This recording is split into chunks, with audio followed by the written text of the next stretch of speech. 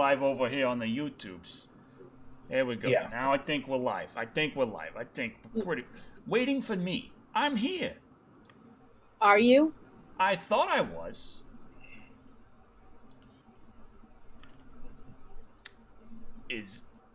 Yes, we are. Okay. We there are? I am. You see Hello, your World face. Wide Web. I'm Dr. Shadow, the Internet Personality of the Best Hair, and welcome to Live and Wired, episode 77, Endure the Horror. Joining, as always, we have that long-haired, creepy guy. They're covered because it's cold tonight, but... Yes. His still through the coverings, quite sexy legs. And... Greetings, foolish mortals. 'Tis I, Cat. that, yes. Why are you pointing that way when she's that way? To you, she's that way. To me, she's that way. And since I'm getting my view... Once again, your viewpoint is wrong. Yes, your viewpoint confuses all of us. Point is... yes, there's been a long time since Live and Wire was supposed to have one last week, didn't, but I was like, and everything went crazy, and that was especially me. Mm. We blame Decker. Trust them, they had to endure it. I was just there in a corner shrieking and like shaking and like, ah! And they're like, it's fine. The Steven Seagal is not under your bed. I'm like, but he's everywhere. He just comes out and starts going like, da, da, da. He's not even breathing, and he just kicks your ass. I don't know what to do. What about the ape sex? Has that been happening again? The what? The ape sex. Oh, God. Decker, you forget. I've watched your whole catalog.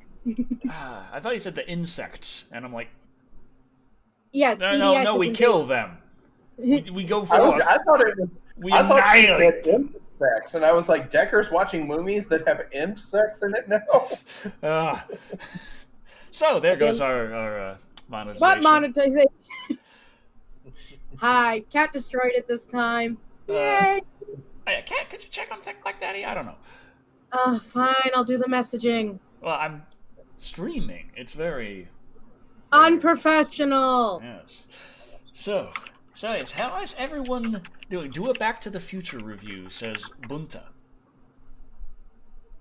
Wasn't that the name of the guy from The Last Dinosaur, and it means, like, he with 1,000 head of cattle and 100 wives? I watched your Last Dinosaur review yesterday, Decker. Yes. You can tell. Oh, we got a couple of super chats. That's the movie that I remember, but okay. Oh, God. First, I'll mention Sebastian Emon's there, $5 Canadian with a progressively more horrifying expression on the emojis, where it says, apes, apes, apes, apes, apes, apes, apes, apes, apes, apes, apes, apes. Yeah, that takes me back. Yeah. Oh, but Don I wasn't even there. Don Achtenberg dropped $5 saying, "You're all awesome. When can we expect the Creepy Decker review of King of the Monsters 2019? It's funny you should ask, because I've actually been trying to get that in my schedule, and Everything's on fire. I'd forgive you if you thought that I wasn't. He's been trying to get a crossover review finished for almost 2 weeks now. Yeah, like, it was... Cat Plush judges. It was a long time ago we finished that script there, Creepy. You got your footage to me like that. Mm-hmm. Creepy's there like, boom, boom, boom, done. Whew, here we go. And I'm the just whole there time like, I was actually, thinking, I feel like I'm going to just... I'm running behind, and a week later, it's like, where's the fucking review? I'm just going to be over here crying for a while, feeling sorry for myself because I can't get shit done. And then Creepy's there like, well, you know a simple solution to that. Pretty much.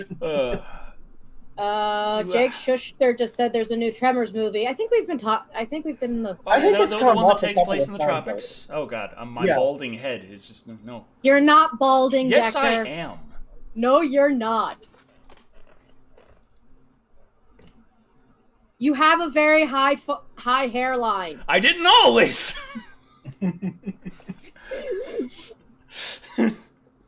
So you can tell I'm getting close to 40 now. Oh, please, Decker. Someone was asking, creepy, laid back as always. What are we having? What are we eating, creepy? Crock pot. Yum. Potatoes, onions, multicolored peppers, garlic, stew meat. You're gonna have to save some of that. Get some nice, dense food in you for what we're gonna have to be doing next week. Oh God! Not next week. The week after next. I was going to say not next week. Then I had food in my mouth, but not next week. Friday the 30th. Since some of us have plans on the 31st of Halloween, we're going to do it the day before. We're going to do it on Friday, but we are planning to have the Stephen King drinking game this month be Silver Bullet. Yes, but also, speaking of plans on Halloween, that brings us to a main story in our title card there, where we have the little clockwork orange with the Starbucks to keep you awake. There's a little bit of a contest? Yes. Competition. Though the competition, as far as I can tell, merely involves convincing these guys at CableTV.com and HighSpeedInternet.com. They have a promotion going on saying, hey, anyone out there love horror? Like real horror heads? Like fucking banging? Like, yeah, horror! Yeah, body count rises! Yeah! Well, Horizon. If that is you, well, how would you like to watch horror movies for 24 hours straight on your favorite streaming service? And if you do this, you can win $1,000. Yes, Kat? Do I get to pick the horror movies, or are they going to just give me the Netflix? Yes, you actually get to pick the horror movies, which kind of makes me feel like this is a very easy contest. Yeah, oh, wait, let's see, 24 hours. Like, I could be like, yeah, send me all the horror you want, but if they're gonna just be like, okay, here's your Spit on Your Grave, here's your Cannibal Holocaust, you're gonna fucking watch some horror, motherfucker. You're gonna watch a bunch of jump scare horror movies that are popular on Netflix and also popular in the early 2000s. Jump scares! I'm gonna need the Starbucks, the $50 Starbucks card they give you to stay awake in that case. Only $50? That's like, what, one drink at Starbucks? Thank you! I'm here all week! Gotta get the venti. But seriously, I mean, what kind of contest is this? Stay up all night, stay up all day and all night watching movies. I mean, isn't this like you could put in a contention that you want to watch the Goosebumps movies? I'm Frozen. Yeah, yes, you are. Uh-oh. Uh-oh. Well, there is the link right here. I'm going to share it in the chat. Shit. Shaboom. For what's going on with HighSpeedInternet.com's little contest there. And the big thing is, effectively, from what I can tell, is you have to convince them in 100 words that you are, like, a big horror fan. I probably should have tried harder, because I did already enter the contest myself. I was considering entering. But I probably should have been like, yeah, I just love blood, guts, and viscera. I don't know. It's just other. I'm fucking psycho. I probably should. I just sent them a message like, okay, 100 words or less. Okay, guys, I am a horror critic on YouTube. This is literally my occupation. That is my only income. This is what I do. Don Ochtenberg donated $5, going, Decker, any plans to review the Texas Chainsaw Massacre movies? Then Sebastian Iman donated $10 Canadian, going, just did my own Stephen King drinking game to Silver Bullet. Spoiler alert. There are spoilers. I see. I've already seen the movie. I saw it when I was a kid, and I saw it later when I was adult, but okay. Spoiler alert, there's a nightmare involving werewolves in a church, but let me know if you think of the Simpsons Garden of Eden scene. I know the one he's talking about. Jay Furston donated $5, going, can y'all send notification of Live and Wired on Twitter or YouTube in advance? Well, I did post on Twitter and Facebook and not YouTube. Okay. And Patreon. Patreon and Subscribestar. Yes, that's where I posted all about the Live and Wired. But on YouTube, it should be letting people know when it's scheduled, which is, like, this time it was about 15-20 minutes ahead of time where the event popped up. And that should have been letting people know. But when it comes down to YouTube notification, it's pretty much down to YouTube to actually send out the notifications. I think the only other thing I could do is make a community post about it, but I feel like that's kind of... stupid? Well, it's already going up, so... I'm like, how many people actually pay attention to the community posts of people that they're subscribed to? Sometimes they pop up, and it's a weird enough thing. I've seen community posts from channels that I hardly follow, and I notice it because it's a community post, and usually it's videos that are up on my feed, not a community post notification. Especially if they post a GIF. GIFs are fun. Yeah, I was about to say, just hit that like bell, make sure it's on. Also hit the notification bell on Decker's Twitter so you can be notified. Decker barely tweets. And you have to get the chicken. You gotta go out on the full moon. Fortunately, this month there are 2 of them. There was one on the 1st, and there's going to be another on the 31st. It is a blue moon for Halloween. I'll paint my ass for the occasion. Okay. I wish Thick Black Daddy were here to hear that.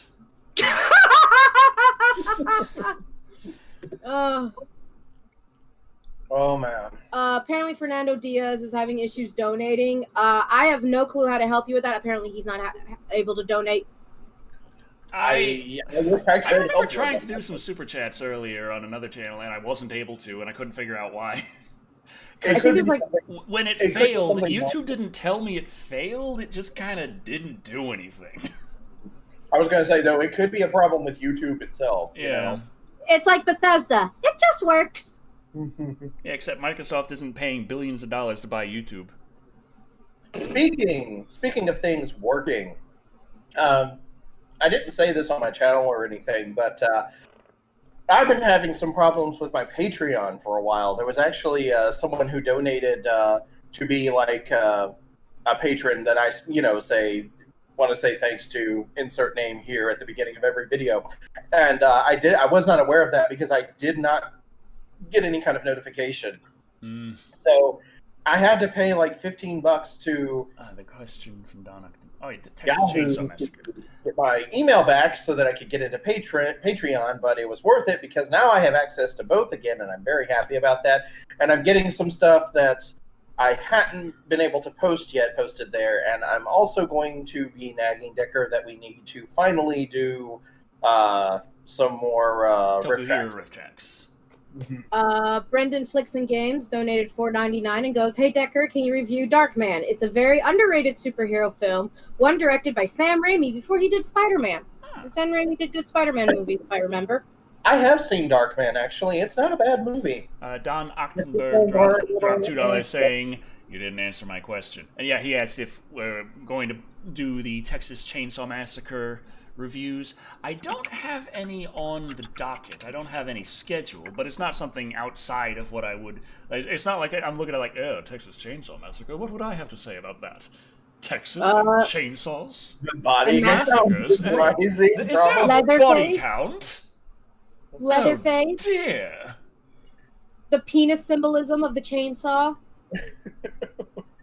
I thought that wasn't until Texas Chainsaw Massacre 2. Well, it could also be in Chainsaw 1. Not as hardcore as Chainsaw 2. It was just an undertone in the first, whereas the second was just like, yeah, chainsaw dick! What did you say, Creepy? Chainsaw dick! The first sequel of American horror franchises being the most homoerotic.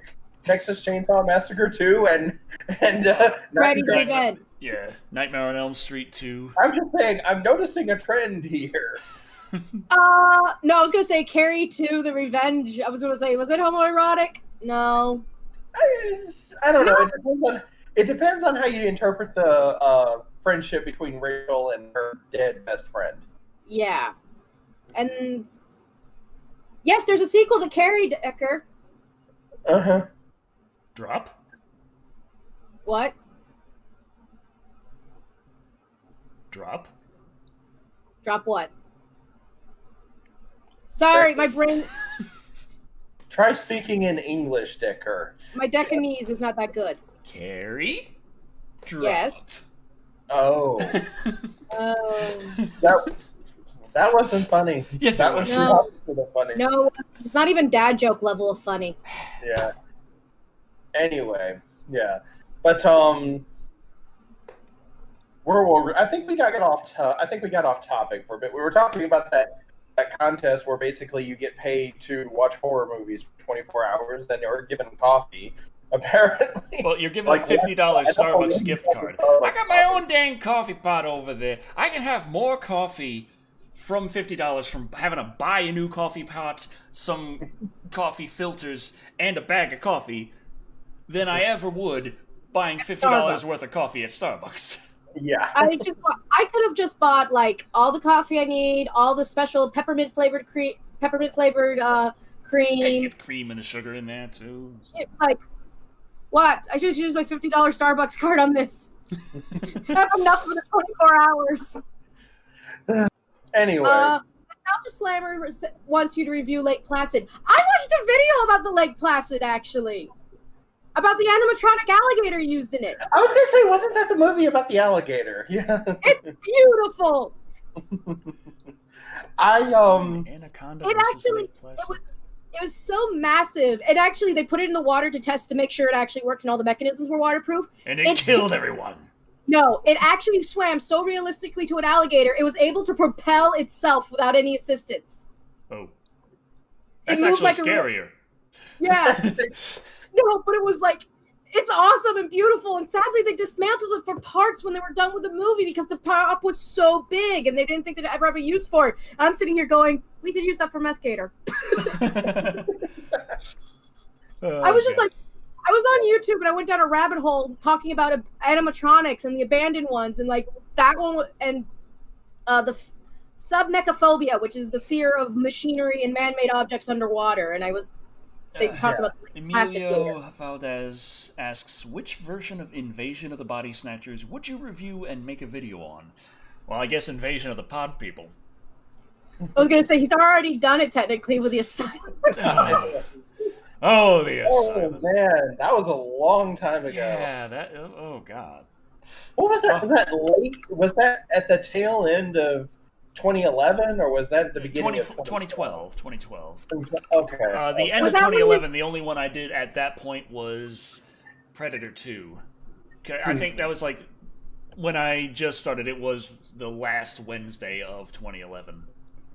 Wait, is that when you still had the black couch, or was the black and brown couch, or was this when you had the other? This is how I figure out Deca eras. It's couches. This was an original apartment. Original couch. Red wall. I was going to bring up the red walls. Metal thing. Sebastian Iman donated $5 going, hey, Decker, do you think you and Creepy will ever review the Conjuring verse movies? Oh, God, there's so many and they're so bad. No. It's just a jump scare fest. It's a jump scare fest. That sounds incredibly boring. Yeah. Jump scares really, honestly, like, no joke. I'm not trying to brag or anything and say my balls are the biggest on campus. Jump scares literally don't do anything for me. I'm not annoyed by them anymore, even. Like, they just, it's nothing. Wow, we found the one immune man. No, you should have seen my live streams when I was doing freaking Dead Space. So many of them, like, they come out of nowhere on something that has nothing to do with horror. Like, this is just a big surprise scare part, and it's a jump scare, and I just have no reaction. Oh, you're gonna love my Halloween special. I did Dead Space, and fun. You know, it's jump. I'm like, you know, violins. If you could calm your tits, maybe I could concentrate on this freaking puzzle right now. And it was just like scary thing. I'm going, yep, If my anxiety medication wasn't in me, I'd actually be scared. Evil Bong 5. Oh God, that's right. There's more Evil Bong movies. You got a donation for £2 from New Duck Prime. You might like 3 Evil Bong movies a week now. You might like Baby Secret of the Lost Legend, 1985. Why don't we? What's that? I have a vague memory of that. I think it's one of those wholesome white family finds animatronic dinosaur or something kind of movie. Is it supposed to be animatronic, or is that just the special effects at the time? Oh, Nerdbane donated $5 going, and it was about the horror marathon. The catch is they force you to watch through Blumhouse's catalog. If you get through Puka 2 without drinking a Cobain cocktail, you win. Oh, it's a Cobain. Oh, God. Yeah, Cobain cocktail is what Kurt Cobain drank to 2 shots of 12 gauge. Or tried to. It took me I was like, Cobain. Oh! Yeah. But as far as the Texas Chainsaw Massacre, the only stipulation that I would have is that we can't do it. It would make a good summer special, but I don't think there are enough 3 movies, Rob Zombie one. Make special. I'm trying to think. There's how many original Chainsaw movies from this? There's the penis one. I think there's a third one. I think there's at least 3 in the original. I know Dead Meat James did all the Texas Chainsaws, and I'm like this close to go onto his channel to count. True legendary status says 4. 4. Yeah, that's not a summer special. Well, there's also there's the 4 original. Oh, 4 original. How many did You also got to take into account how goddamn many weeks is going to take me to put out 1. Good point. Sadly. Sebastian Iman donated $5 going, I'd watch horror movies for 24 hours without a Starbucks gift card. I've never liked Starbucks. Come on, give us a real prize. Well, the prize is $1,000, but also you have to be live tweeting out how you feel and what's scaring you. I just imagine every 90 minutes I just pop in bored. Bored. 2 out of 5. Had its charm. I just imagine myself going, I've seen this before. Oh, I can see the strings on this one. That's actually kind of cute. Funny. Oh, look, the blonde is taking her clothes off before she gets into the shower very slowly. Oh, and the window is open and the curtains aren't pulled back. And oh, yeah, here comes the serial killer. Hello, Norman Bates. It counts as a horror movie. Yeah.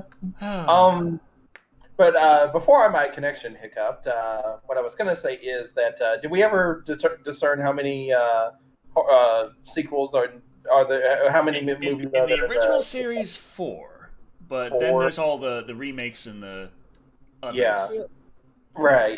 So maybe there are enough to do a summer special. I'd rather we finally do the Marvel superhero summer special. Finally, Decker. There's 9. Well, that's the summer special, right there. That's a summer of the Texas Chainsaw, the Massacre, and motherfucking Chainsaw Massacre. I didn't know they were 9. Mm-hmm. Oh yes, New Dog Prime. Rambo is now in Mortal Kombat 11, which, if you remember from the summer of Sylvester Stallone, that was a big request of mine. Oh God, Rambo! Rambo's in Mortal Kombat. They did it. We did it, boys. Point of order here. No offense. Rambo uses guns. Mortal Kombat is all melee. Are there gun users now in Mortal Kombat that I didn't know about? In Mortal Kombat 3, Stryker shot you as one of the fatalities. But that's a fatality, not an actual base move. He also could shoot you just in the game, normally, but it was just for a little bit of damage there. He was the cop. He shot your ass. Oh God. I keep bumping into things. Quit bumping into things. No. There's a thing on the floor behind you, Decker. It looks like a giraffe. I'm trying to remember if Mortal Kombat 2 had any guns. I don't think so. People just threw fire out of their hands. My brain had big fucking blades. Sonya's daughter uses guns in that one Mortal Kombat game. I forgot Sonya had a kid. Was it with Johnny Cage? Yes, with Johnny Cage. What does she see in him?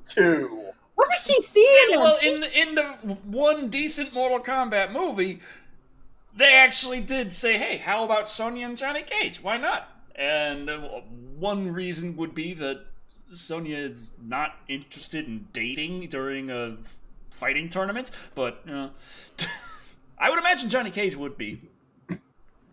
It's Sonya Blade.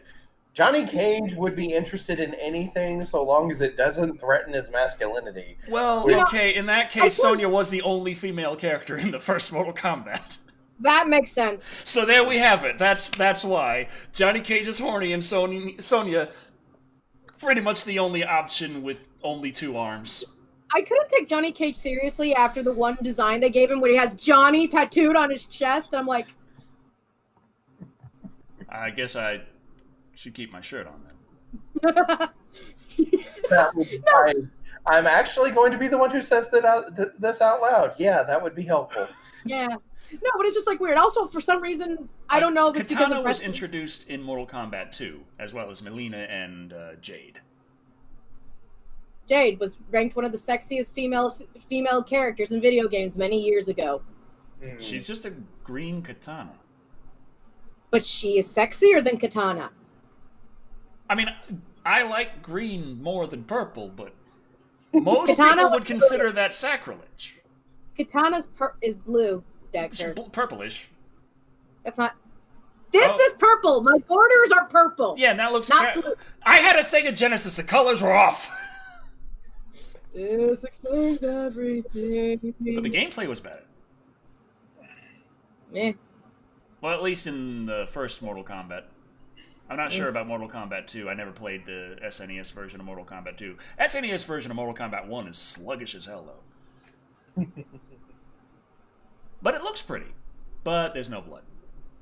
Oh, damn you, Nintendo. Edward Mano donated $5 going, what are your thoughts on the new Saw movie coming out? Spiral. Is it a Saw movie? Is it officially Saw movie, or is it a Spiral, the Book of Saw? So it is in the Saw universe. It is continuing the Saw story, but it's not continuing from, like, hey, this is Saw 9 or something.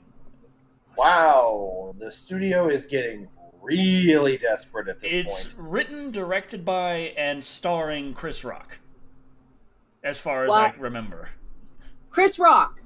The guy who plays Rufus, the 13th Apostle in Dogma. Yes. The zebra in Madagascar. Yes. You can tell how much Chris I watch. Is writing, producing, directing. Tommy Wiseauing, basically. He's starring as one of the lead detectives. He's Tommy Wiseauing this movie, basically.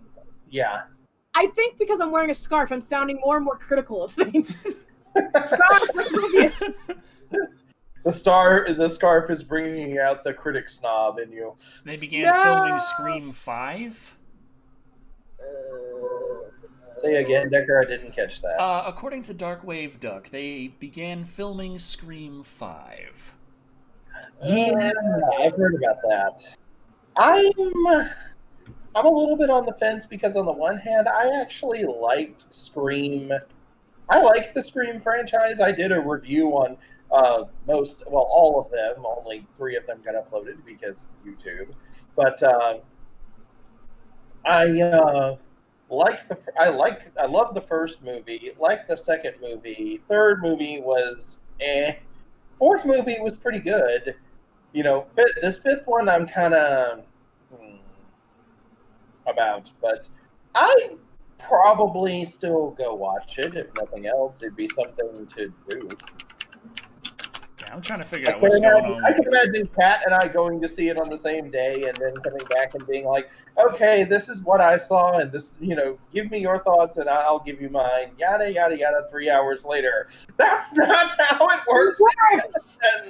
Any bets on Chris Rock being the new Jigsaw acolyte in Spiral? Also, I know that's before, but give the Wolf Cop movies a chance. Okay, now Wolf Cop does sound interesting, but I'm just now thinking like Chris Rock as I'm not imagining Chris Rock in like this subdued, like overly dramatic. I'm imagining Chris Rock as Chris Rock. Why are you doing this to me? 'Cause you killed your fucking wife! Why the hell you think I'm doing this to you? You think I was just bored? I set all this shit up. I put this thing. I got this pulley here. That's rusted. You know how long that's been rusted? 3 weeks rusted. I sat this shit here for 3 weeks because you killed your fucking wife. That's why. Shit. Is it wrong? I actually watched that. Jordan Carpenter asked an interesting question for all 3 of us. If you were in a Mortal Kombat game, what would your weapons be? Decker's would be motherfucking chainsaw hands, of course. That's so easy. But it's so awesome! I keep picturing Kat being like this reality warper who like draws things, but they come to life and attack people. Yeah. Excuse me, I gotta go draw a lot of tentacles. I win! I had to deal with tentacles in Dead Space today. Do you know how hard it is not to do hentai jokes on Twitch when you're being attacked by tentacles on freaking Dead Space? About the cable thing, the high-speed internet contest, watching horror movies. If you want to apply now because the contest application period ends on the 19th. Oh, also, Zaki Neko77 donated $2 going, review Tales from the Hood. Can I do that voice in it, or would that be considered going too far? Just a little too far. Just a little too. Just a little. Someone, Ron Blankenship goes, Chalk Zone powers. Yeah, basically that would be my ability. I'm trying to think of what would my Mortal Kombat power be. Throwing a bunch of no wait, that's my thing. Throwing plushies, that's my thing. That's your thing. Or maybe Chibi Thulu and Kindle would be my minions, and like Kindle would burn everything, and Chibi Thulu would just inflict madness on everybody. Give me them cheeks. I am trying to understand the context here. We don't. I didn't think we were going in that direction. I didn't know we were OnlyFans. Sebastian Iman also likes my purple borders. Thank you. So, Kat, you know about OnlyFans? How exactly? Because everyone on the internet knows about OnlyFans. I'd like to point out, I also watched that episode on Philip DeFranco talking about that one celebrity who got an OnlyFans, was about to quote unquote share her news reality. It was just her in her underwear and a lot. And, you know, I also follow a lot of cosplayers who have OnlyFans. Because, you know, Patreon's a dick now. Yeah.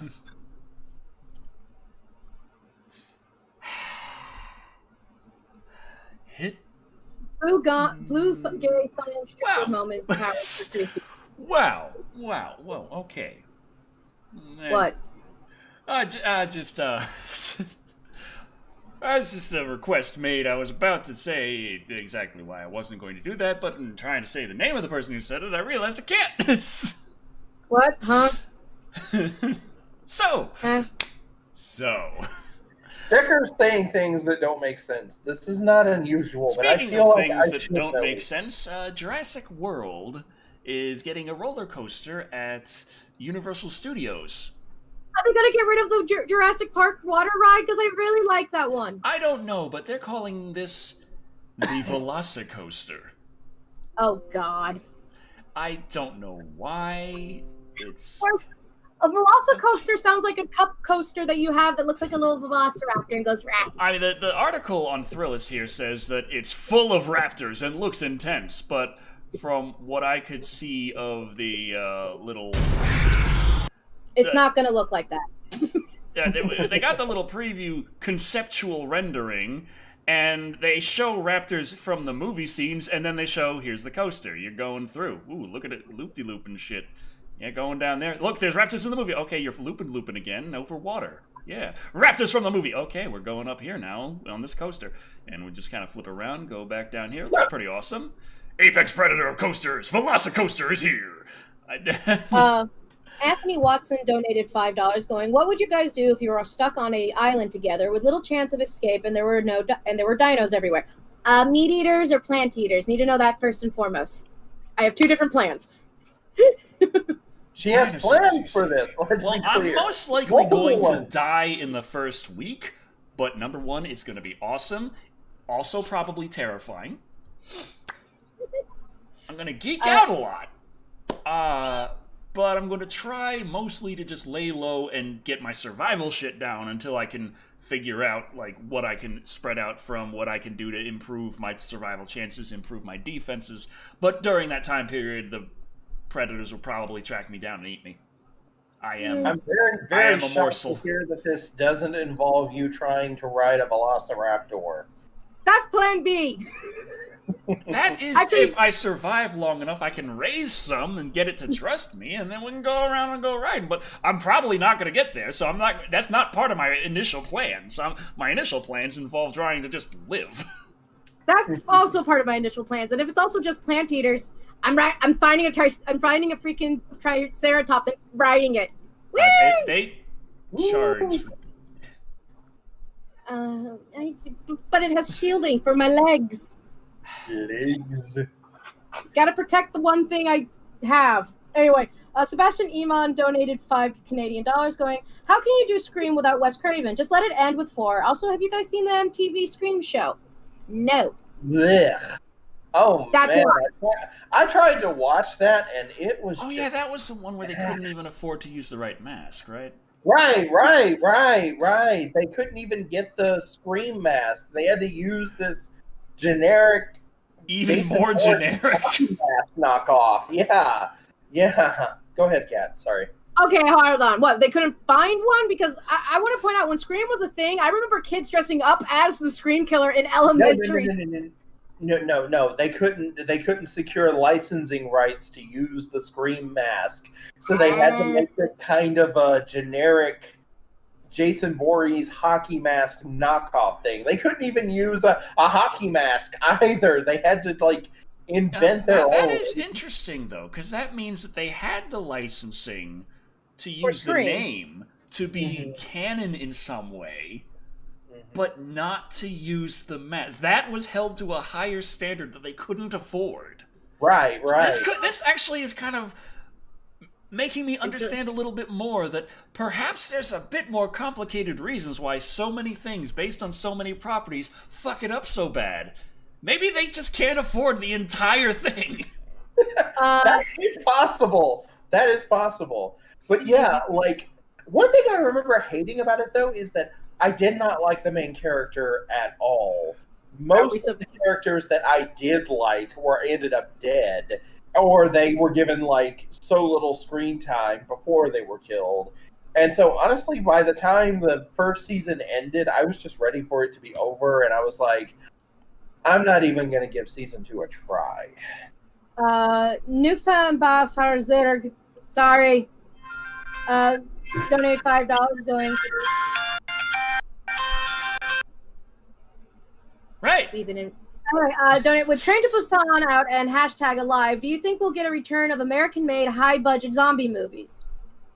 And then Sebastian Iman donated 5 Canadians going, Creepy would definitely use Chippy Thulu, who would grow big from dark powers and drive Johnny Cage mad with his worst nightmare.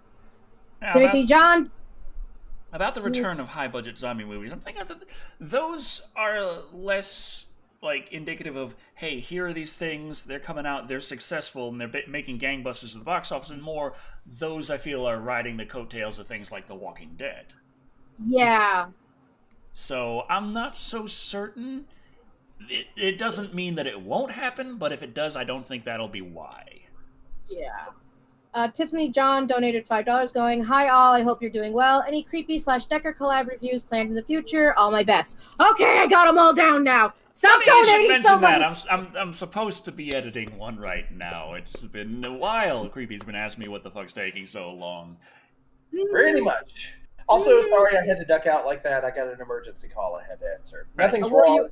I had to take it. So sorry. Someone wants to know if you want to do Deep Blue Sea 3. I can't believe there's a Deep Blue Sea 3. I've been trying to find it on UHD, 4K Blu-ray.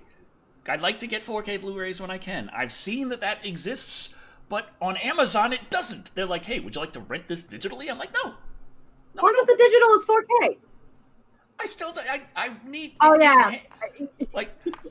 Amazon was like, hey, we got Prime Day. We got the Mummy Ultimate Trilogy here on 4K UHD. And I'm like, yes, I will take that. I will take the Mummy Trilogy on 4K. Does it have the Scorpion Kings? No, actually, I don't think. It's The Mummy Returns, and The Mummy Tomb of the Dragon Emperor. Yay. So it's not so ultimate. It's got a little magnet there, though. That's nice. Yeah. Sorry, I do love the Brendan It also Fraser. doesn't have anything on the top, so the disc can just kind of fall out. I love Brendan Fraser's Mummy. I love it. I love that movie so much. Decker review Blade. Oh, did you hear they're going to do an HD release of the first Blade movie? Woo! Just the first one, though. Why only just the first one? I guess because the first one is actually popular, really good. I like the second one, and I like the third one, not because I was... It is annoying when, where is it? Where is it? Oh, dang it. Did I not We're not going to just talk about news. We're just going to talk about movies that Decker should review. That was the things I had on hand. Candyman 1 and 2 are available on Blu-ray. 3, DVD only. Yeah, the third one sucks. Well, I still want to see how sharply it sucks. You just want to see those boobies in freaking HD quality. Why wouldn't I? 4K upscale that shit. I'm going to get an 8K screen, 120 hertz. I want to see all the... I'm surprised that Decker has not looked for a 4K version of Playmate of the Apes so that he can complain about breast continuity in 4K. There's a $20 donation. Decker, do you want to read it? I guess. Savage Tiger 13 says, another story of tourists ordering wedding cakes. Woman wants a groom's cake made to look like her breasts. Even offered to give me a pic to use because after $15K spent, she believed they were perfect now. Was smiling nonstop. I can't say I didn't bring up that topic. That's why I made Decker read it. Damn it. $15K for boobs? Well, $15K to make a cake that looks like her boobs with a photographic reference. I think that was $15K to actually get her boobs, that her boobs were worked on, because that makes a little bit more logical sense. Oh, okay. Well. I was like, okay. I thought boob jobs were a little more expensive than that. It depends how good is the surgeon. Good point. Also depends where you're getting the surgery done. If you're getting it somewhere else, it could be a lot cheaper, especially in international waters. Please consider reviewing. Nerdbane donated $10, going, please consider reviewing Tammy and the T-Rex. Funny thing you should say. You know what is actually available in 4K Ultra HD? Army and the T-Rex. Decker, were you on? Decker. They had it in 4K. Decker. Are you actually into Saurian? What is it, Saurian? If it's in 4K, yes. Decker, I'm going to somehow figure out a way to send you all those Chuck Tingle books I know about. Boinked by the Brontosaurus. Just saying, that is a book I have read. I take offense to that. Technically, it's an Apatosaurus. Oh my god. He'd read one of those and actually complain about the inaccuracy. Decker, I think I figured out Patreon-only ability you could do. I'm just saying, this raptor is too big, and where are its feathers? I'm thinking that Decker needs to start a new Patreon. Like, people have been saying we need to start raising money for another trip to Japan. This is how Decker can do it. He'll start a new Patreon goal. Donate this much, and I will release a audio file of me reading a Chuck Tingle novel and complaining about the inaccuracies. Well, I could review the novel, but if I just read the whole thing out, then that does technically, not exactly sitting in fair use territory there. Sebastian Iman donated reading a portion of it out and adding value, on the other hand. Yes. Sebastian Iman donated $5, going, I'm surprised there was a Deep Blue Sea too. I'm surprised as well. I'm surprised there's a movie I just Deep Blue Sea 2. Oh, you know what's scarier than giant sharks that are super smart trying to kill you? Little tiny baby sharks that don't know shit because they're infants. Baby shark do do do do do do. Baby shark do do do do do. Oh yeah, that was actually a piece of news. I didn't put it in the news sheet though. Is Baby Shark do banned? No, it was used as part of a means of torturing prisoners. I believe it. Now, of all the things they did, like wake them up at 3 a.m. and chain them to the wall for a couple of hours, I feel like that was slightly worse than during those couple of hours having Baby Shark playing on a loop. At least it wasn't Justin Bieber's baby. Either way. Ron Blankenship responds with horrified screaming. Message from Decker. Blade 2 will probably get... I was reading that!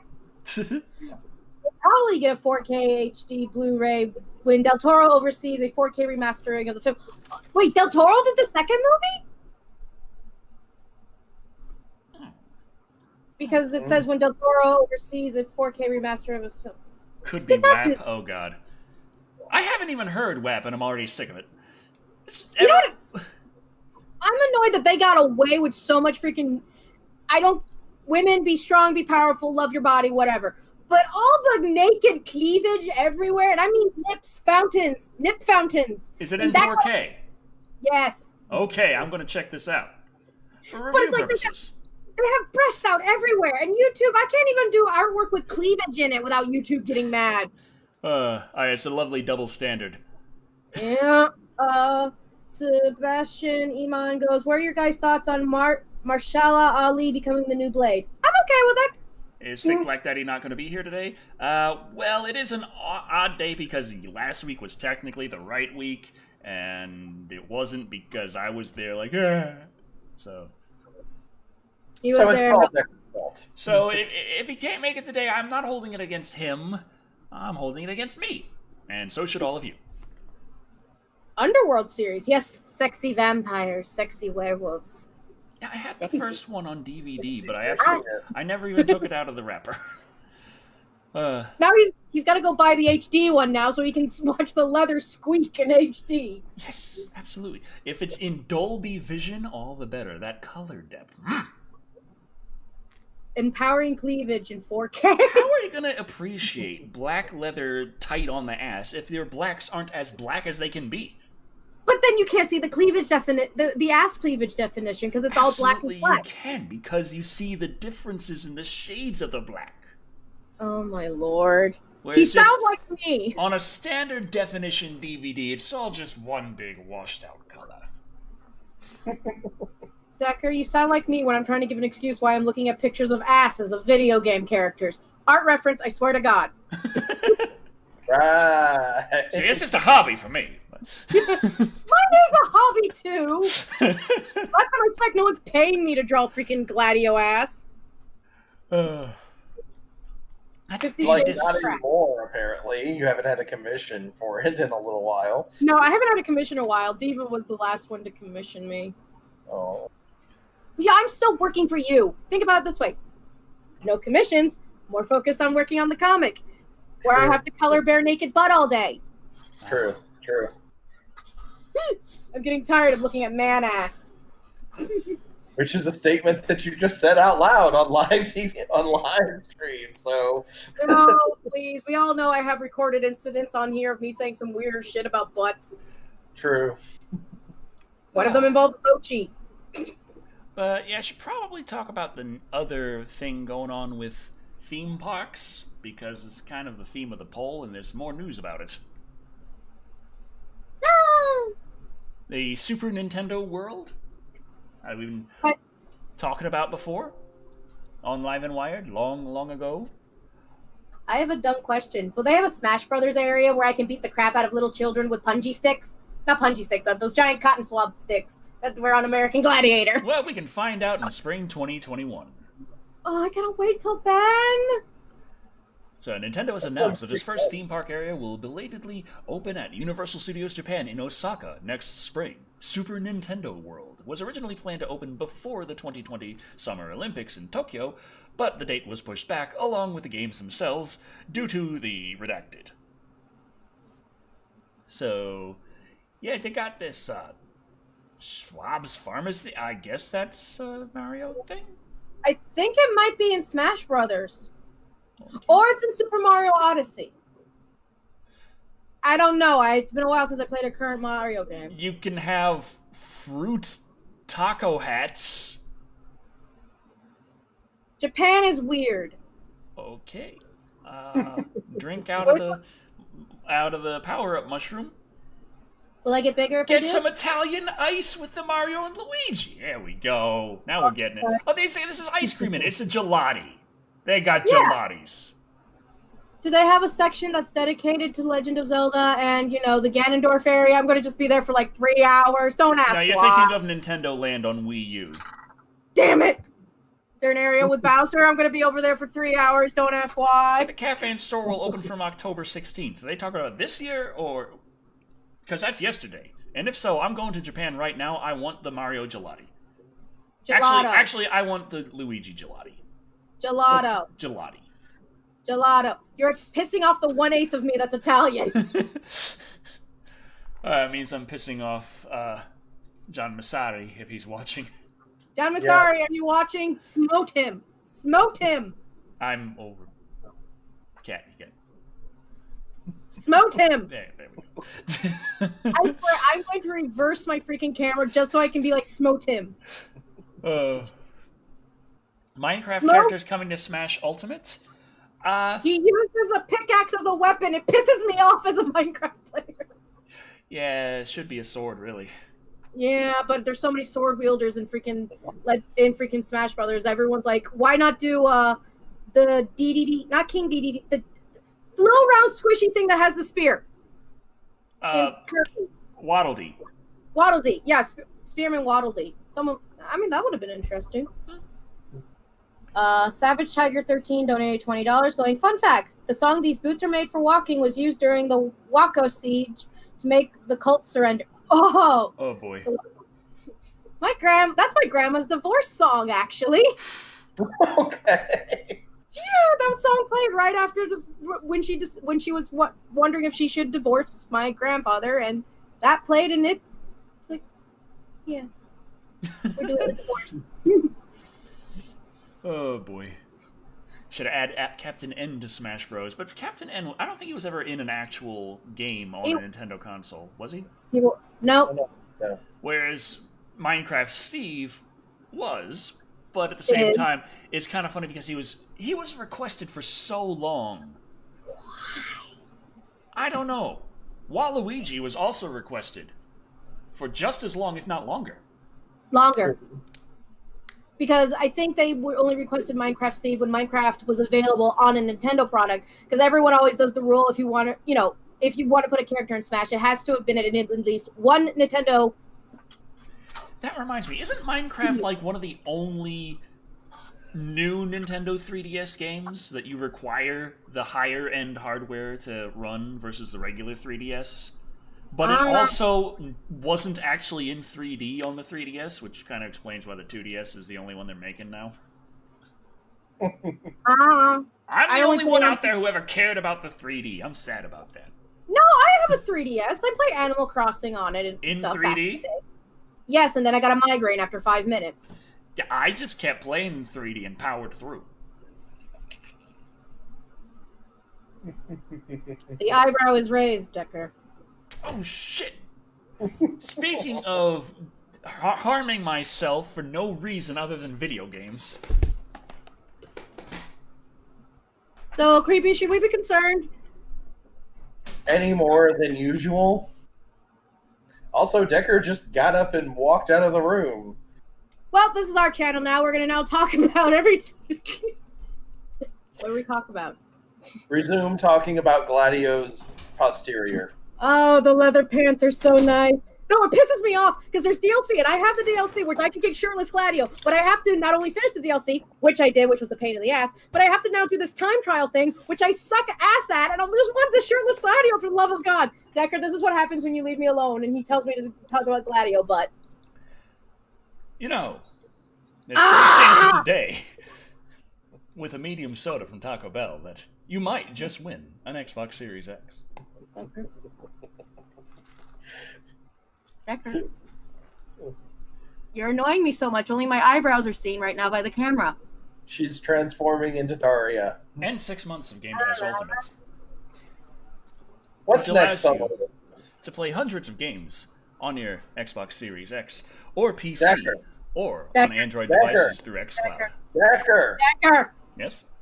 Next thing on the list. We could talk about the Monster Hunter movie. Well, after talking about the Velocicoaster and Super Nintendo Land, what's it called? Is Super Nintendo World Super Nintendo Land? Super Nintendo World. If it's Super Nintendo World, why isn't there a Legend of Zelda area? That's Nintendo Land on Wii U. Well, why isn't there a Legend of Zelda Land in the Nintendo World in Japan? I feel like that is a very egregious error. Yeah, because Legend of Zelda is what, like, also as popular as Mario, and everyone loves the Legend of Zelda series? Or maybe they were just having issues trying to figure out which Zelda they wanted to focus on. Because, different art styles and everything. Nevertheless. Well, maybe they didn't have the rights to Zelda. Maybe. They only have the rights to tingle. Yep. We have our lovely Live and Wired poll with the Velocicoaster and Super Nintendo World. There's a lot of nice theme parks coming out and themed park rides coming out. And that makes you think, what other theme parks do you want them to build next? Who is them? The nebulous them. Oh, so the people who are in charge of such things. Yes. Whoever the hell they are, they can do this. Number 1. Fans of A Nightmare on Elm Street can have Freddy's Nightmare Park. Doesn't Universal do that every Halloween Horror Nights? I mean, as a full I just not... Like, every single movie just kind of merged into this thing. You can walk down Elm your Street. warfare finish with the Freddy devouring tunnel. Yes. Satisfy these lovely the stay awake drugs. It's actually sugar candy. Don't worry, kids. You're gonna have the pins that drop and they make loud noises. They're actually the little firecrackers. That scene. So, barring that, fans of Mad Max who want to live in Mad Max's post-apocalypse can do so at the Thunderdome Center. Assless chaps not required or provided. Tina Turner very much required. She's gonna have to sing "We Don't Need Another Hero" over and over again. She has to do that for like a year anyway. We could get an animatronic Tina Turner, I guess. Oh god, it's gonna be like the Hall of Presidents. I know, right? I'm just like, ooh. Well, following that choice, we have what we are going to need to buy every single smoke machine on the planet to support. And every douchebag who vapes hardcore. Absolutely. Silent Hill, Land, World, whatever you want to call it. City? Silent Hill. Just call it Silent Hill. Silent Hill. Yeah, your picture taken by Pyramid Head as he stabs you in the gut and judges you for killing your wife. Yeah. And finally, our favorite, Hellraiser Hellworld. Just make it for real. No. Wait, is it going to be based on the Hellworld movie or just all the Hellraisers in general? Well, the Hellworld movie was supposed to be based on all the Hellraisers in general, but it really wasn't. Anyway, 30 minutes on Twitter at DeckerShadow starting now. I'm going to be sharing the link in the description in the chat in 1 second. Michael Wolf actually pointed out something about the Silent... There it is. Michael Wolf pointed out something about the Silent Hill one. He would go, so it's just Centralia with rides. Do you guys know what Centralia is? I've heard that name before, but I'm blanking it's an old coal mining town that had like a crap ton of coal under it, and it accidentally caught on fire, and it's still burning to this day. Right. It's burning right under. Could we maybe just put a turbine on top of it and put it to use? No, because it's dangerous. And a normal coal power plant isn't? Valid. Yeah, but they use that for reference when they made the Silent Hill movies and Silent Hill Homecoming. Yeah, because that was around the same time as the movies. And Centralia is actually very interesting. Camp Crystal Lake, yeah, that seemed like an idea. I was going to go for that, but I felt like that was just kind of too basic. We already got Camp Crystal Lake in Florida. You'd have your camp, you'd have your counselors, and you'd have some stuff. But unless you actually had someone going around murdering people, I don't really see much of a Friday the 13th connection. Wasn't there like this, like, I guess an event is what they call them, like where... I think this was several years ago. They couldn't call it Friday the 13th because of licensing rights. But they rented out this old campground, and you could like buy tickets to spend like a weekend there, and you acted out as you acted out in a role play as characters in a slasher film, and there was an actual, like, not a real killer, but someone played the role of the killer, and the whole idea was that you had to try and outsmart them. So like a murder mystery theater thing for a survivalist. For slasher fans and survivalists. I'd actually go to this. I also know there was like an old campground that got rented out for a gay horror movie marathon thing. Wait, what? So basically, it was where gay people went to watch horror movies at an old campground because they did a lot of because, like Creepy pointed out, so many of the sequels were homoerotic. Yeah, valid. But I do want to say that this was a few years ago. It wasn't like something that happened this year, I don't think. But I remember they made a big deal out of this, and I'm kind of curious as to why it didn't catch on. Maybe they didn't make enough money off of it, or maybe they just couldn't rent the same space the next year or something. I don't know. But this does actually seem like an idea that would work. Or they found out that when people run away from a killer who slowly walks after them, the people actually get away. That's a possibility. I would feel sorry for the guy who has to play the killer. Like I feel sorry for people who work on haunted houses. Someone's gonna throw a punch at you. So every artist, you want to learn how to take a punch? Go work at this haunted house. That's really haunted house. We usually get a lot of people getting hit. Learn to take a hit. Mm-hmm.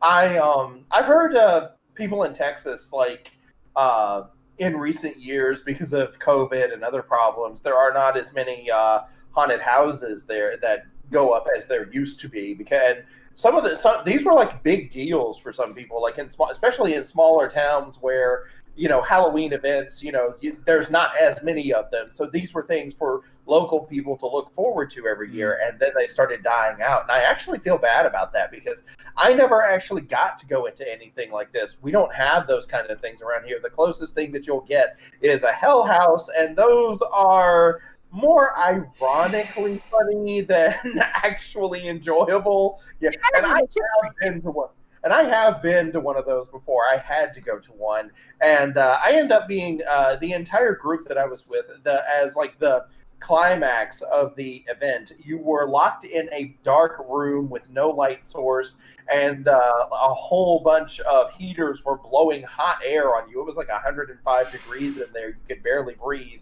And they were playing audio through there on a loop of people screaming and being tortured. This was my church's idea of fun. So grateful my church wasn't like that when I was a kid. They actually liked Halloween. They would do when you go trick-or-treating, but it's at your parking trick-or-treating. It's where people parked in the parking lot. And yeah. We didn't do that when I was a little kid. Can I just go buy some candy? Decker, you're an adult. That's what you do. When you're a kid. Yeah. When you're an adult with a kid who wants candy and you don't want to buy all the candy for the kid, you find out all the churches that are doing the freaking backseat trick-or-treating, and it's a free event, and you go to all of them. But Mom, we're not a part of this church. Free candy, quiet. Free candy, quiet. But I have said before, like what I said earlier about the camp thing, there are adult camps that you can go to. Like you can spend, like if you had a really shitty summer camp experience and you want to try and have a better one, or if you just never got the chance to, you can there are places available during the summer where you can vacation for a week, and it's basically summer camp except everyone is over 30 trying to pretend that they're 15 again and trying to get laid. That was I was sent to a church camp more than once, and that was the only reason why any of the teenagers went, because everybody was going there in the hopes that they would get laid. I've said this before, but church camp is like band camp, but for the children of fundamentalists. It's the only place that you'll be out of your parents' sight where they don't feel guilty about sending you for a week. None of the camp counselors care enough or have enough investment to keep an eye on you that long for an entire week. And 3, you're not going to see most of these people again after the week is up. So if something embarrassing happens, then you won't have to live with it for as long. It's not going to be like if something embarrassing happens and you're at school and they're still talking about it after graduation. I just screwed up my glasses even more. Oh yeah, Kat, forgot to mention this. When we Grandpa? are doing the Silver Bullets one, I'm going to be dressed up. As what? A surprise. Decker, please don't put your dick in a box. That's Christmas. Good point. Dick in a jack-o'-lantern. No, No, that's Pornhub. Decker? What have you seen? It is! I am suddenly very curious to know what Decker has been doing on Pornhub. You don't want to know his search history. Actually, I do want to know your search history now. Although I do love it. A friend of mine goes, if I die, I don't care what the circumstances is, get rid of my computer. Don't just delete my history, just destroy the computer. I watched an anime a while back called That Time I Got Reincarnated as a Slime. And the very first episode has the protagonist die, and his last words are to his best friend, who he says, "When dump my computer in a bathtub." He wants all of his internet history destroyed forever. That's what my friend did. He also told me to basically cremate his body, but leave his skull and turn his ashes into diamonds to be put into the skull. And he has to basically live on the mantelpiece of his lover, where he gets to judge every new person. Sexual encounter she has from that point on will be judged by me. Yeah, he read that right. Now I'm imagining the skull being like, "Lift your hips, man." And he goes, "If I find someone weak enough, I will possess them and be back with my wife." I go, "Okay, that's your plan. Now, what I'm thinking the situation if you're not married? Can I put you on my mantelpiece?" And he's like, "Are you okay with me judging every single lover?" So, yeah. A new Monster Hunter movie. We're not talking about it, Decker, unless you want Rage and Fire and Brimstone. Yes, I do. Okay, Rage and Fire and Brimstone coming right up. Because, we talked about this a bit on Live and Wired in the past, that there was some stuff being done. A new Monster Hunter movie was in the works. Capcom property, very popular. Gained a lot more popularity in the West recently. What with the new Monster Hunter World game? There's a new Monster Hunter game coming out on Switch soon. It's going to be a Switch exclusive, I think. Yep. Which is pretty awesome. At least if you're like me and you like to have every kind of system and you don't lock yourself into one. Kind of like everyone who is real big fans of Disgaea. If they only had PlayStation systems, they're probably really pissed off right now. Because Disgaea 6 is coming exclusively to Switch. It's also the first one that's going to actually have 3D graphics, which seems like a real strange decision to make at that point. Let's see, the movie's coming out. It's going to have the guy who directed freaking Resident Evil. Red flag. Yeah, it's going to have his wife starring the lead role. Red flag again. Remember the Resident Evil movies? Remember how that had fuck all to do with the Resident Evil video games, but it just seemed to be an excuse for the director to put his wife in this hero, badass, sexy protagonist role to show how much better she was than literally everyone in any of the games? Well, Decker. Our Monster Hunter teaser involves her riding a minigun on a Jeep. I would like to point... Sorry. 2 things that don't exist. Well, 3 if you count her. But things that don't exist in the Monster Hunter universe. She's riding this Jeep, using this minigun, shooting at the monster that does look legitimately Monster Hunter-y.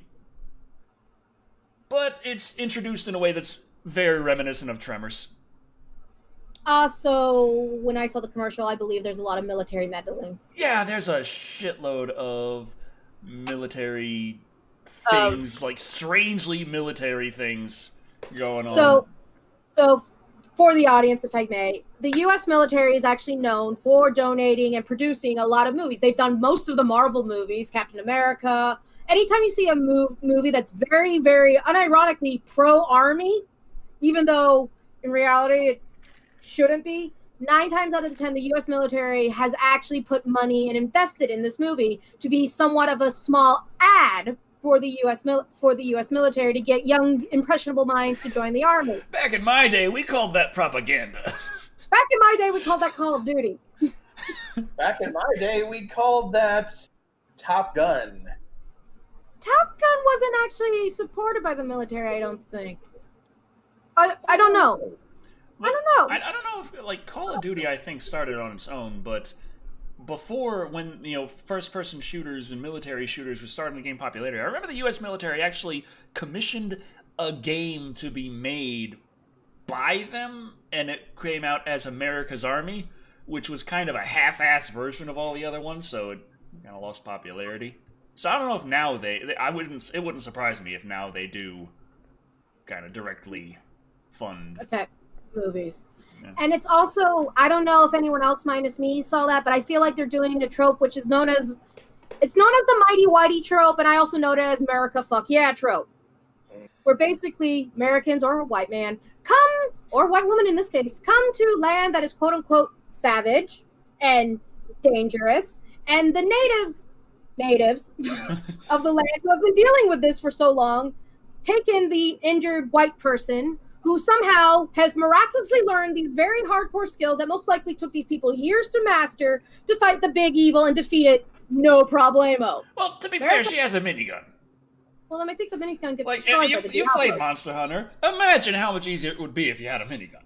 Why do you think I'm using guns in freaking Monster Hunter? And all my friends who are the hardcore Monster Hunters all hate me for doing that. I go, you thanked me when I freaking took care of that one for you. I might not be able to do freaking up close damage, but I can make him hurt from back here. I was the gunner, and everyone's like, stop being the gunner. Stop it. Use your dual blades. You have them. Use them. But this gun shoots fire. Let me use the Wyvern Blast, please. And that's the reason why I stopped playing Monster Hunter with them. Well, that and time zones. Lone Dragon's asking, where's Thick Black Daddy? Yeah, he would have something to say here, but I don't know. So Monster Hunter, Hollywood is in this mindset that they want to do a more realistic world because we wouldn't be able to connect, please note all these air quotes, with a fantasy world, even though the freaking IP is fantasy. I'd be more interested in watching it if it had Sonic from the original design of the Sonic movie. I'd rather watch that too.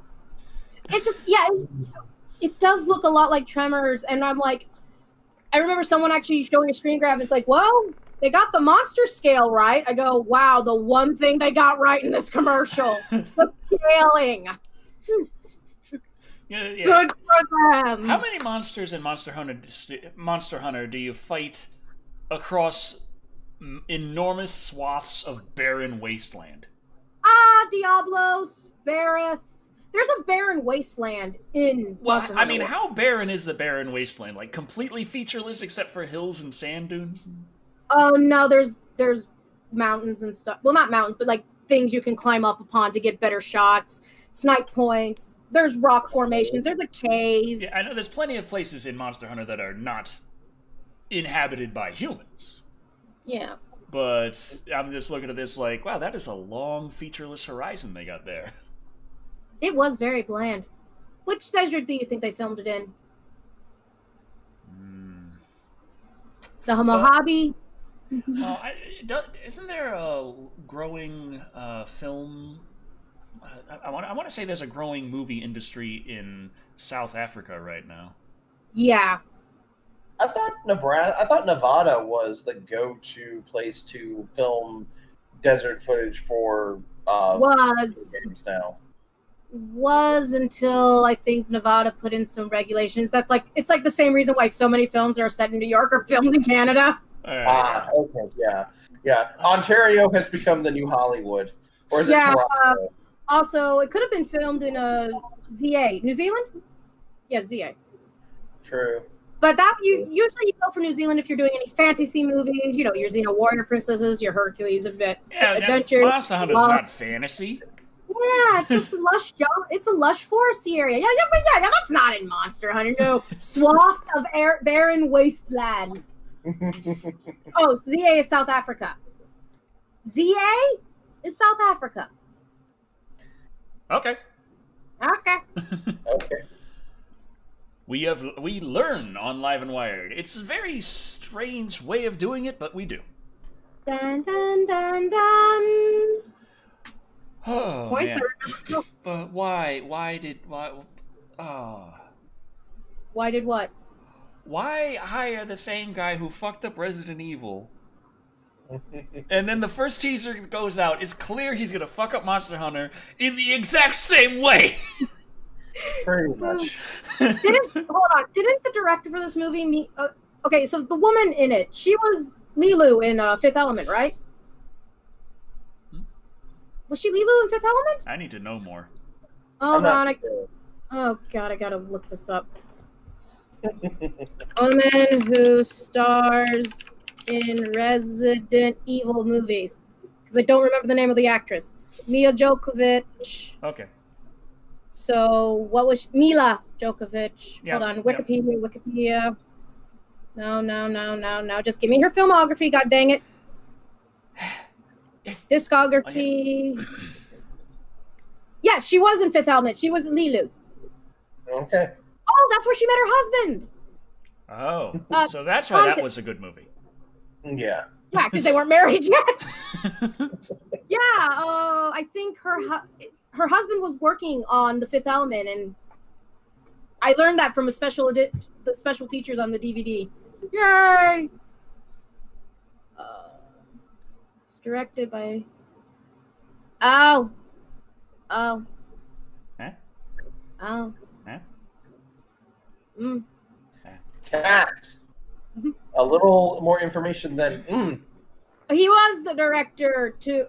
So the director for Fifth Element was married to Mila Djokovic. But I don't know if that's her current husband.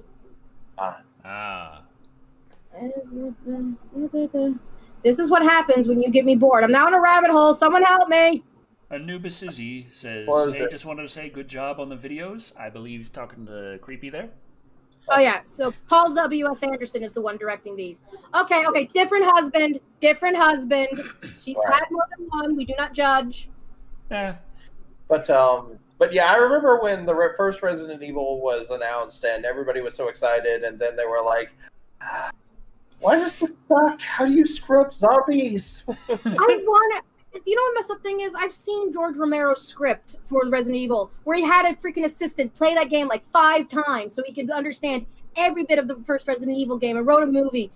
And it had some good stuff. I mean, there's a couple of iffy things, but again, this was a first draft, most likely. I would take just hearing a couple of iffy things versus what we got. Yeah. Knowing that the first Resident Evil movie really was the best of the bunch. Right. But even with all those Alice in Wonderland references, yes, throughout the whole. Good point.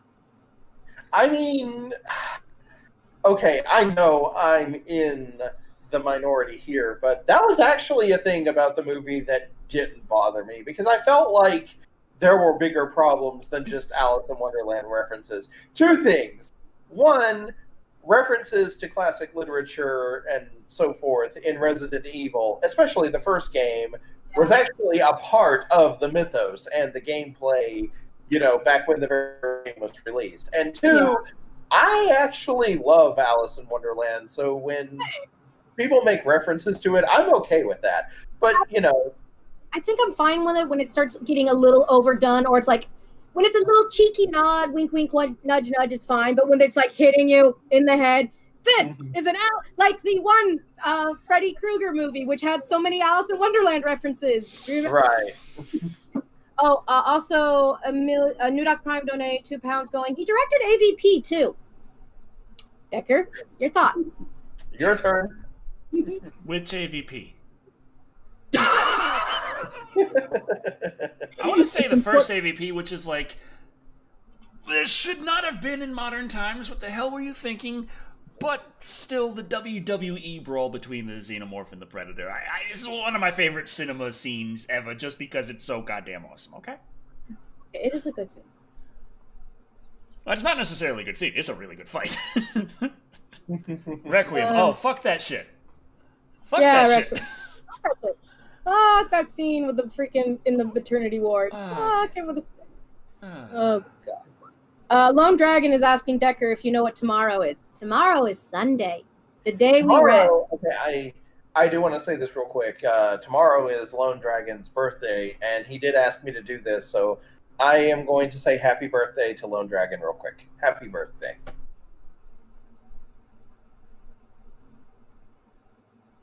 Happy birthday. Sorry, the awkward silence is awkward. Decker, say something. Did you know? That isn't about Microsoft. Oh, God. Happy birthday, Lone Dragon. Happy birthday.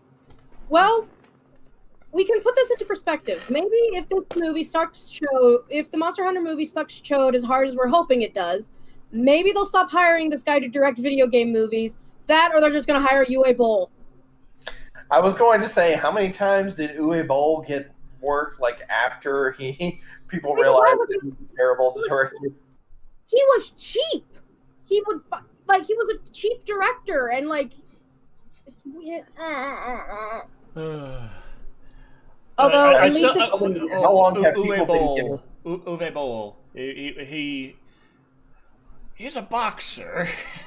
Yeah. A critic he didn't like. He challenged him to a boxing match, and didn't Uwe win? Yeah. So he might not be able to direct a movie, but he could beat your ass. If he doesn't like what you think. Is that why you've never reviewed an Uwe Boll movie? I always wanted him to do a summer review of Uwe Boll and see him slowly unravel while doing Blood Rain. And the thing about it is, I remember Blood Rain being a semi-decent game. It is a semi-decent game that's very popular for See, my kid. A certain age demographic and gender. Yeah, that was one of the things that I remember. Anywho, there's a Sega game called Dinosaurs for Hire. Oh yeah, I had that. There's a game called Dino City. Dinosaurs for Hire was based on a comic book of the same name. Dino City was based off of a movie that was the same name. You played as a group of mercenaries, but you happen to be dinosaurs. I feel like Sega got a lot of licensing contracts from independent comic books, to make videos out of the Chakin, the Forever Man. Right, That's mainly known for its really good Sega game. Right. Lesser known for the fact that it was a comic.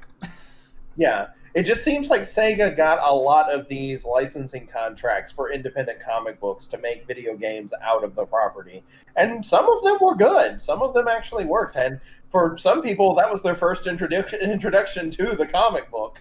They found out about it because they played the video game. I still absolutely loved the Chakin, the Forever Man opening music on Sega Genesis. I mean, Sega Genesis, generally for its generation, was regarded as having really shitty music compared to the Super Nintendo. Right. Super Nintendo had so much more advanced sound technology than the Sega Genesis. And yet the Game Boy Advance was nothing but horns. But, I mean, the Sega Genesis could do beeps and bloops pretty well. But if you got someone who knew how to program music for the Sega Genesis and they knew how to work the bass, they could put out some nice tunes on the Sega Genesis hardware.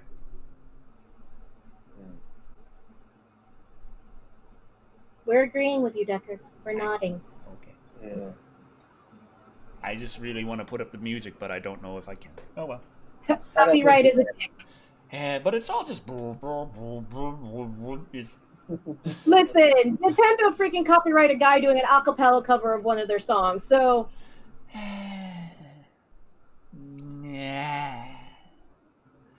So, Godzilla's a thing.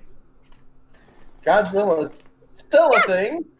You remember that Netflix Godzilla movie? I have no idea if this has anything to do with it, but there is a new anime series that has been commissioned by Netflix that is currently known as Godzilla Singular Point. Wait, hold on. Singular Point. Get it? Like a point. I'm being funny. I missed. He's pointing. Okay. Point. You've caught Decker's unfunny disease now. That was adorable. Look at this. Netflix orders Godzilla Singular Point anime series. Godzilla continues his rampage on Netflix. The streaming service has ordered a new anime series centering on the classic Japanese monster, with Godzilla Singular Point planned for 2021, also by Chili's. Studio Bones, known for My Hero Academia, is partnering with Orange, the studio behind Beastars. The series features a new cast and original story unrelated to the series of animated films that have made a splash on Netflix, including Godzilla Planet of the Monsters, and Godzilla City on the Edge of Battle, and Godzilla the Planet Eater. I'm sorry, I heard My Hero Academia and I got excited. What? That's 3 Godzilla Netflix movies in 2 years. Are you complaining? That's a lot to review. Decker. Also, you have to get your Netflix account back. I mean, I could give Decker the password to my Netflix account. He makes his own little profile and he could do it that way. I could be nice. I pay for my own Netflix. Thank you very much. Filmmaker Atsushi Takahashi, who helmed, will direct Godzilla Singular Point, which will combine hand-drawn and CG animation styles. The creative team also includes Doraemon composer Kan Sawada, sci-fi novelist To Enjo, and Blue Exorcist comic creator Kazue Kato. Animator Eiji Yamamori, who has worked on Studio Ghibli films such as Spirited Away, will provide the kaiju design.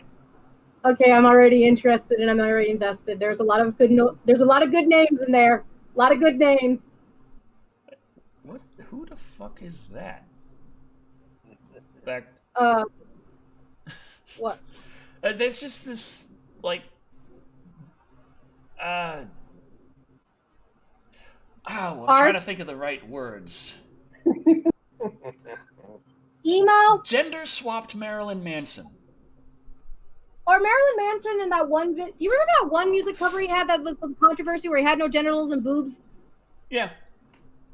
Well, he didn't have nipples, I don't think. No, he didn't have nipples. That they were concerned that it looked like it had nipples due to the shadowing. And so I was just like, there's a lot of good names in this anime project, and I'm very, very happy. And I like the art style; it looks really nice. I haven't shown me Godzilla yet, but hey, does it look better than the Hanna-Barbera animated show? Oh God, don't talk about the Hanna-Barbera freaking them. It just no. Godzilla's coming to save us. We're actually happy at this.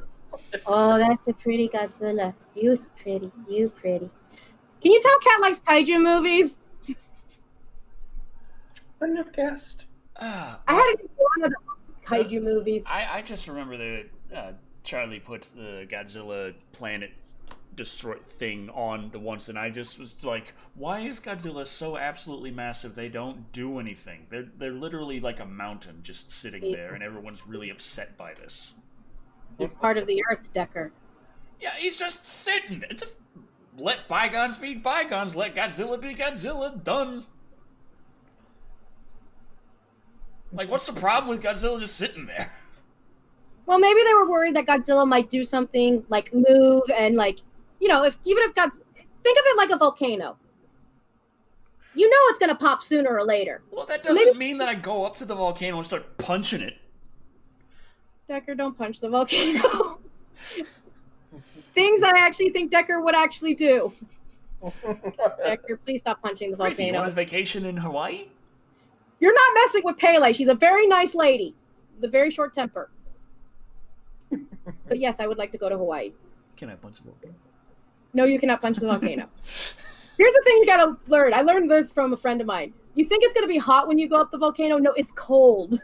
It's really cold. Well, yeah, it's high. Yeah, well, people don't think about that. Also, Decker, you're not One Punch Man. Don't punch the volcano. Can I kick the volcano?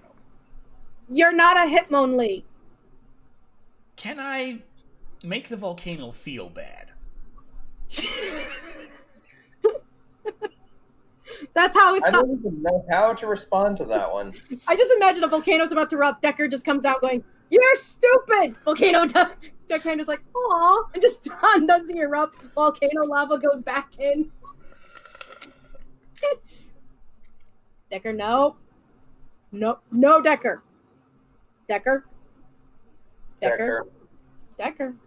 We sound like we're talking to a dog who has something in his mouth he shouldn't have in his mouth. Put the chew toy down, Decker. We're also talking about Decker putting things in his mouth, so. Decker. Nevertheless, the less is never less. Nevertheless, yes. Let's check. Got the final results for that lovely good Twitter poll. If I can find it again. I'm just playing with this Godzilla plushie. It has this really nice fabric on it that's really good stimming material. Oh, it's nice. Well, I love it. This was a very close one. We got 72 votes. And coming in at 4th place with 18.1% of the vote for the poll. I'll reiterate it right now for those just joining us. The Live and Wired poll, which theme park do you want them to build next? 18.1% goes to the Thunderdome Center. It's the leather. No one wants to wear all that leather. All that leather and all that sun. I guess it's a nice place to visit, but you wouldn't want to live there. With that, and also, if they did it in Florida, we'd die. Good point. Although Australia could do it, because it is set in Australia. Coming in at 3rd place, barely ahead at 19.4%, is Hellraiser Hellworld. Possibly if Hellworld was actually the land of the Cenobites, where it's just a lot of torture and pain and pleasure. Maybe, but we've seen Hellworld in Hellraiser Hellworld, and we weren't impressed. Right. Hellraiser would have a lot more leather. Coming in at 2nd place at 30.6% of the vote is Freddy's Nightmare Park. So Elm Street, good chance there. But at number 1, with 31.9% of the vote, comes Silent Hill Land World. Get your smoke machines ready, boys. Get the vapes! We can't be allowed to see more than 5 feet in front of our faces. Also, be prepared to get attacked by half-naked demon nurses. Nice. Well, unless they based off the first one, because then they're not half naked. That's true. And they were Are they doctors. fully naked? No, Decker, they look like normal nurses in scrub pants. Oh. Because the first one is from the mind of a small child, dude. Come on. Right. I saw some shit as a small child. Corvo Atano wants you to do your catchphrase, and the body count rises. That's a catchphrase? It's a catchphrase now. I just say it. It's a catchphrase. It's a catchphrase. But I'm just describing what's happening. Decker, say it. It's a body count rise. Say it. Body count rise. Say it! And the body count rises. There. His other catchphrase is him shilling out to Microsoft. Jordan You Carpenter. too.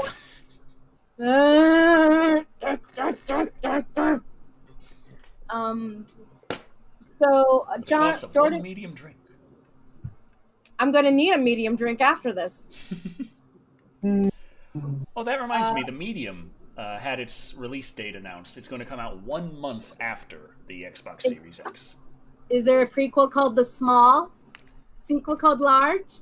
Other sequel called Extra Large? It's about being a psychic lady who could see between worlds, and you see both worlds at the same time. Split screen. Like technology has existed since the 16-bit era, I think. But the point is... Wait, is that the one that was done by the really nice Japanese lady that's set in Japan? No, that's Ghostwire Tokyo. Has that come out yet? No. I want to come back. I actually was looking forward to that one. And I think that she was fired. She's working on Okami. There's an Okami sequel being in the works, and she's... It's like, she was like the one thing that people liked out of the Bethesda presentation in E3 2019, and then they fired her. Or she left to go work on the Okami project. Or that's, I don't know, I don't know entirely. I heard... I'm actually in favor of an Okami sequel. I could be wrong. I'm probably wrong. I'm wrong. I love them. You're fuzzy. Yeah, it looks like, that's like, my camera's like, I can't even look at you anymore. Camera's like, how dare you insult Okami?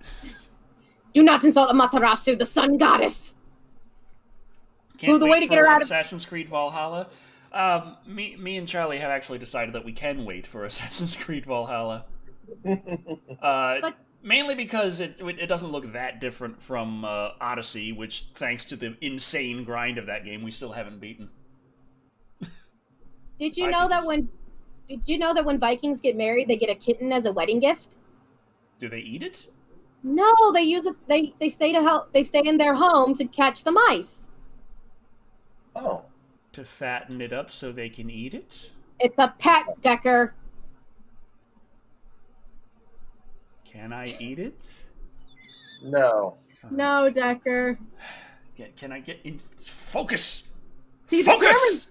Cameron's judging you about how you're eating cats. There we go. Yay! Watch it go immediately fuzzy This right Decker now. turning into Alf. Oh, God. Should we be worried for Decker's pets? I'm slowly worried for his pets. No eating your cats, Decker. Ah. No. Godzilla, go over there and stop being distracting. At least I'm buying Cyberpunk 2077 day one. Oh yeah, that's a definite one on the list. Ah. I want Cyberpunk 2077, but first one, Cat, you need to go finish freaking. You gotta finish Final Fantasy. I gotta finish Final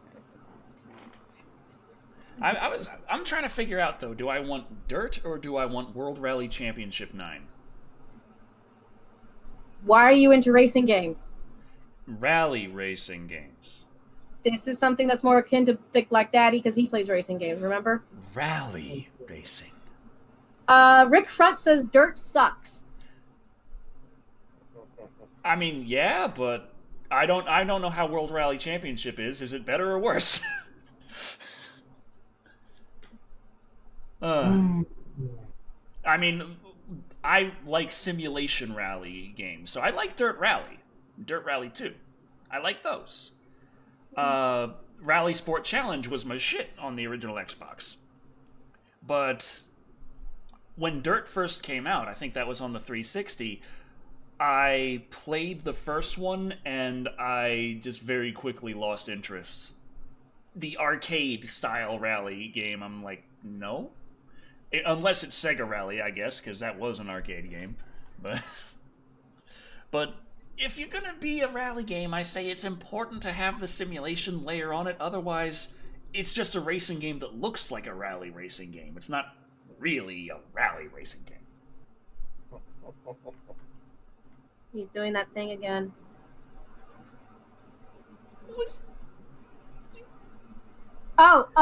Lone Dragon says you can get Dirt for free outside. God damn it. Yeah. But Plenty of it. Correct. But can I mention a weird thing that happened to me recently in a racing game? Do you have to? Yes. Why? F1 2019. It's a simulation Formula 1 racer. It was a Game Pass game. They had a Game Pass quest, do so many laps. I'm like, okay, I can do that. So I decided the easiest way to do this is just go to campaign mode. I'm just gonna start an F1 career, and I'll get my laps in easily enough and stop playing. But then the game is like, actually, here's a story. Here's your rival. He's a douchebag. His voice actor hates you. And then now we gotta go do this, that, and this. And, oh, your teammates need this help and that. And I'm like, I'm just trying to fucking race an F1 fucking thing. Why am I starting on lap 20? I don't know what the hell's going on. And why did they put plot in it? Then I fucked up royally because I didn't know what the hell I was doing. And I come in at like 15th place. And then the fucking press is there, and I gotta do an interview with the press. And I'm like, why are you interviewing me? How did it feel? I don't know, bitch. I came in 15th. So this is weird story and drama and all this stuff, and I'm like, why is this here? I know the last time I played a simulation sports game was in the 32-bit era. But what the fuck happened in the intermission? It's like one of the WWE wrestling games. They have like plot and everything. Like you start your career as like the lowest of the low in the WWE ranks, and there's drama, and you're getting rivals, and you can choose your own, make your own decisions, and like to become the greatest WWE champion. I'm like, can I just wrestle a bunch of oiled up guys, please? Yeah. Like I was just thinking, like, okay, I'm gonna go here. I'm gonna do my races. I'm gonna see how well I do or don't. I'm not gonna win the cup, and that's gonna be that. Instead, I just ended up in this weird, twisted drama. And like the last time I had this much dissonance between my expectations of a game and what I got was when I played that one Cabela's Dangerous Hunts, and the story mode pretty much starts out with my dad was murdered by a dangerous deer and I must seek revenge. Wait, what? That actually sounds like a game that is so... Tell me they're actually being tongue-in-cheek. I'm afraid not. That sounds like a really funny comedy hunting game. My father got killed by a pheasant. Die Hard is Back is trending on Twitter with a teaser video featuring Bruce Willis, you say? I'm gonna hop on Twitter for a second. Good, because mine right now is nothing but depression. It's all government. It's all about Florida polling. I see Fall Guys Season 2. Woohoo, Trial of the Chicago 7, UFC Fight Island 6. Milky Way, is that in reference to the candy bar or the Milky Way? Yes. Someone would Candy basically bar. go... Candy bar. It's that one thing where they show 4 pictures and they go, one has to go. And everyone's just saying... Milky Way. Well, let's see, the other options. Snickers, Reese's, Twix. Oh, we're keeping those Reese's Pieces. Reese's Cups. Well, I don't think this is entirely fair because Snickers and Milky Way are very similar. Now, What? I like Snickers and Milky Way just about the same. Snickers is more interesting, but remember, I don't have fucking teeth. So sometimes I'd rather have a Milky Way. I wish they put Three Musketeers on there, because Three Musketeers is unappreciated. Three Musketeers are fantastic. Thank you.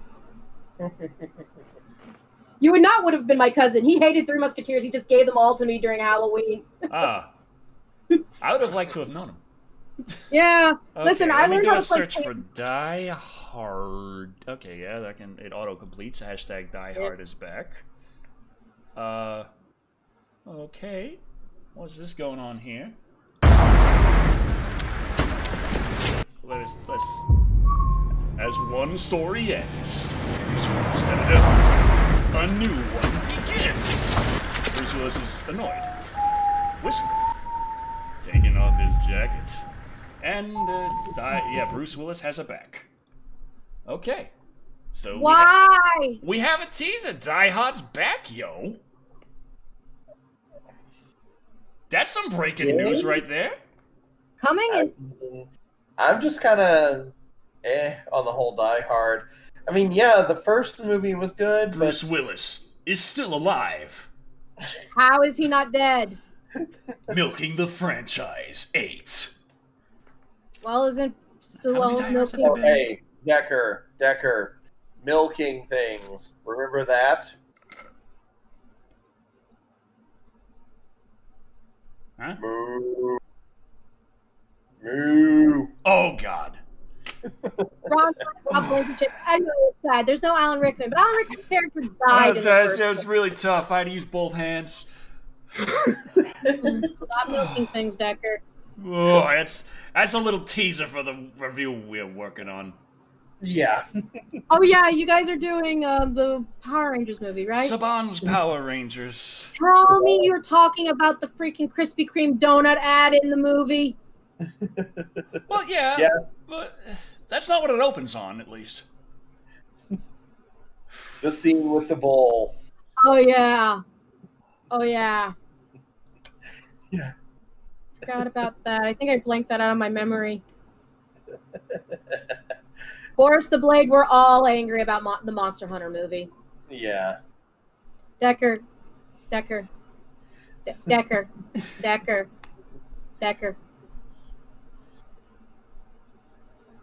We're still on YouTube. We don't need the video demonetized because of visual aids provided by you. Well, he's talking about how he churns his butter. Yes. Butter. I shall now churn the butter while you go get the English.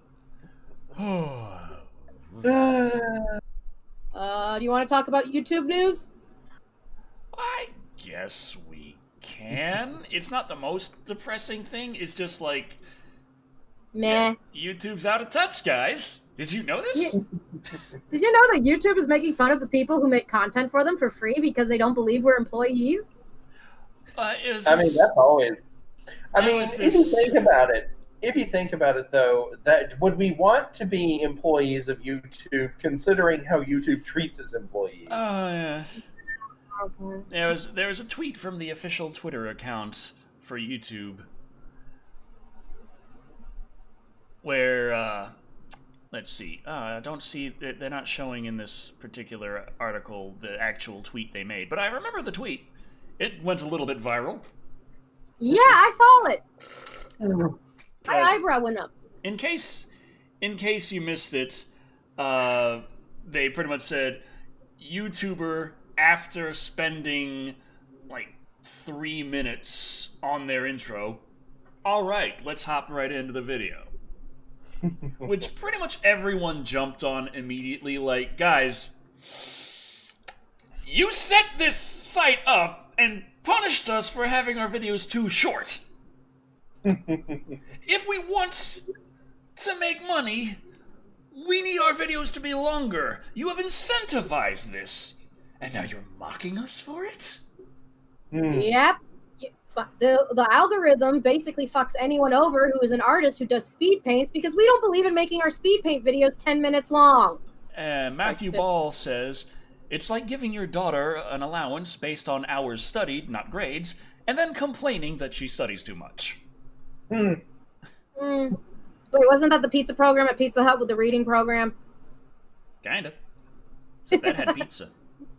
Yeah, but we're getting paid in pizza to read, and then people complain that we're reading too much and eating nothing but pizza, and we're obese. But yeah, YouTube did respond eventually. They say, we hear you, you're right, and we apologize. Our now deleted tweet was intended in good faith, but we missed the mark and did not reflect the spirit of the creator community that we love. YouTube social team. Can the YouTube social team bite my shiny metal ass?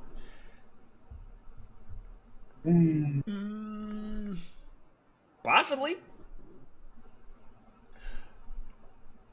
Yeah, that was a fun little how do you do. It's like every time I turn around, I always feel like it's relevant to bring up, you know what, guys? Doing content for Google is like being in an abusive relationship. Isn't it always? Oh. It's like, yeah, you're kind of stuck here. Not necessarily, but you kind of are, and things can be good, but so often they're not. Yeah, Unlike Game Pass, which is always there for you. No, it's not, Decker.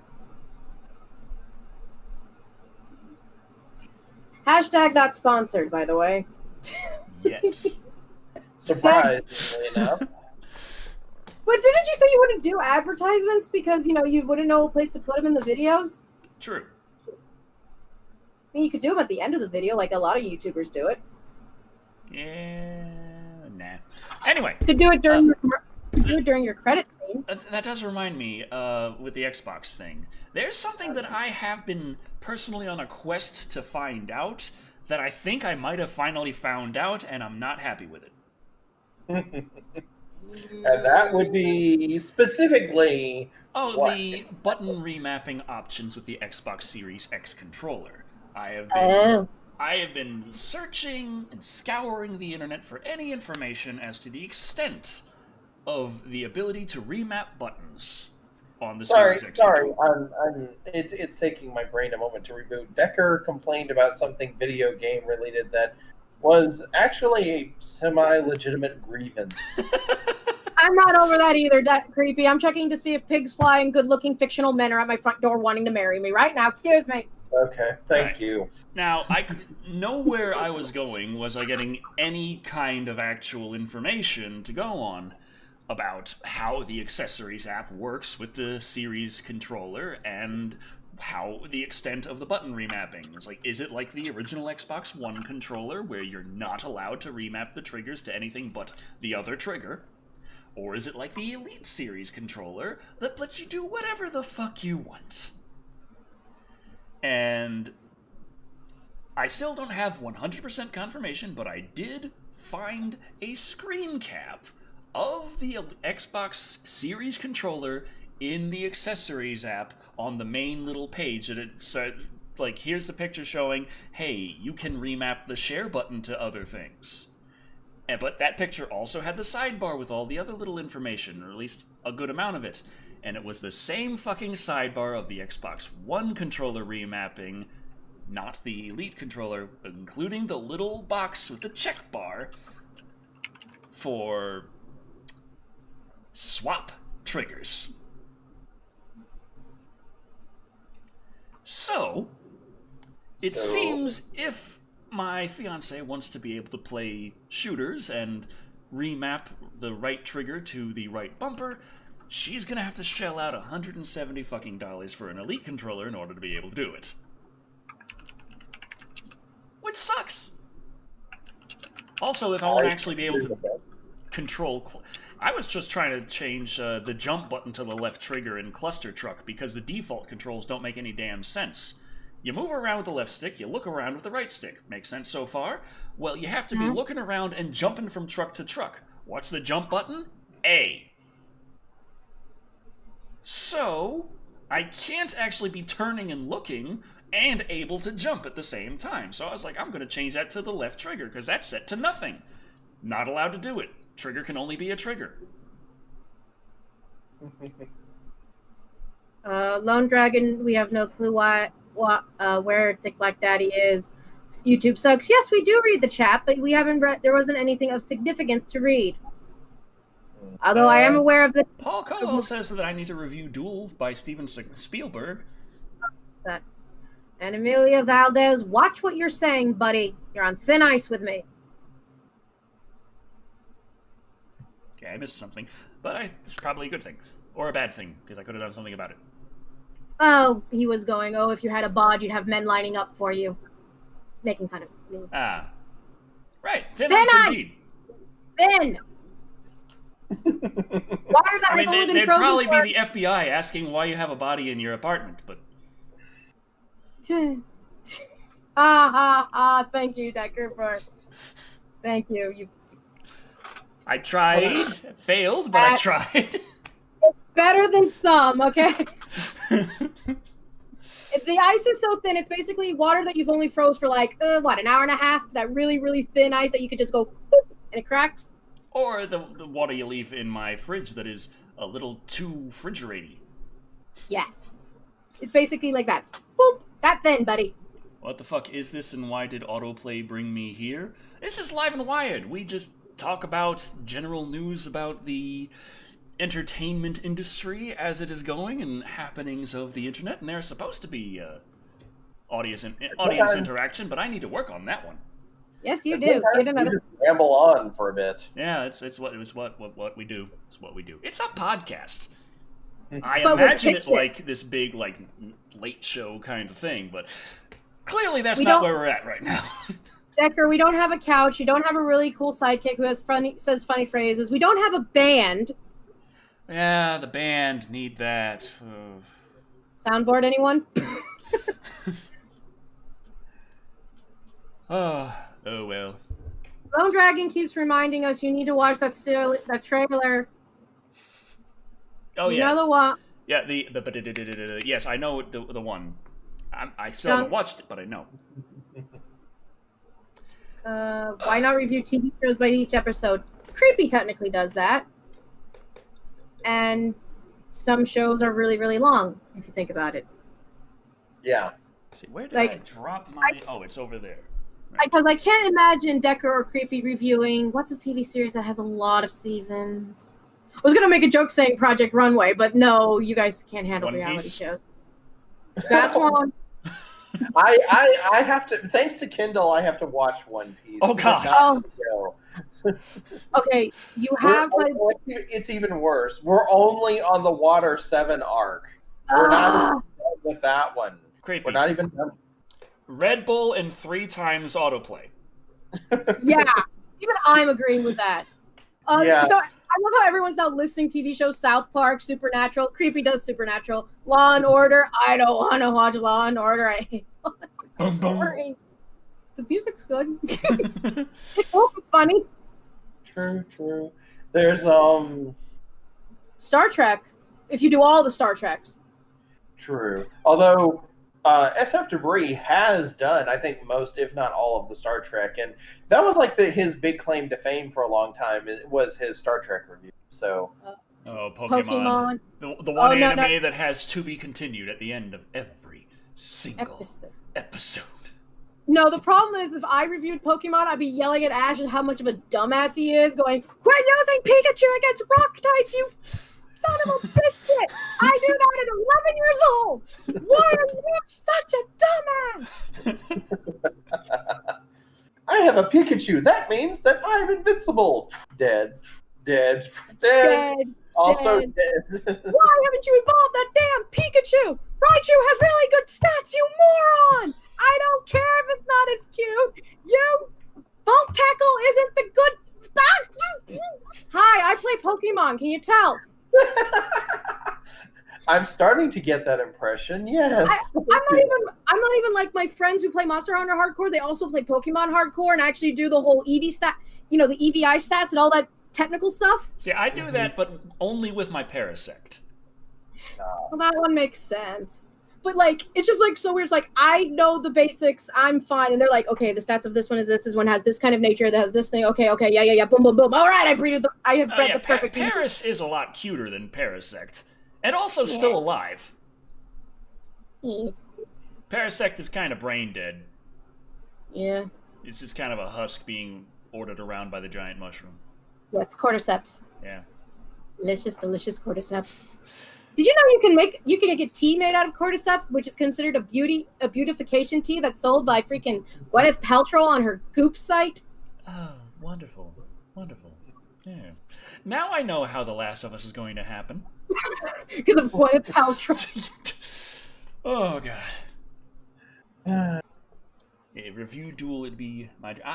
that's not also one of the ones that's not anywhere on the docket yet, but it's one that I remember that one from when I was younger.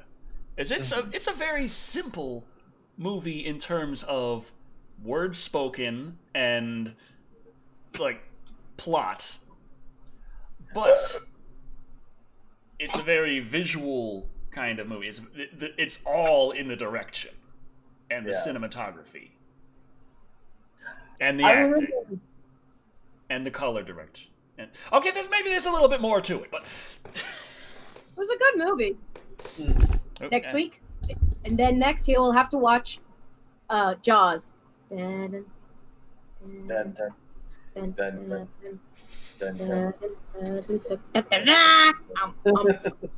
did actually I think I said a variation of the line. You know when the guy shoots the oxygen tank, say goodbye, you son of a bitch?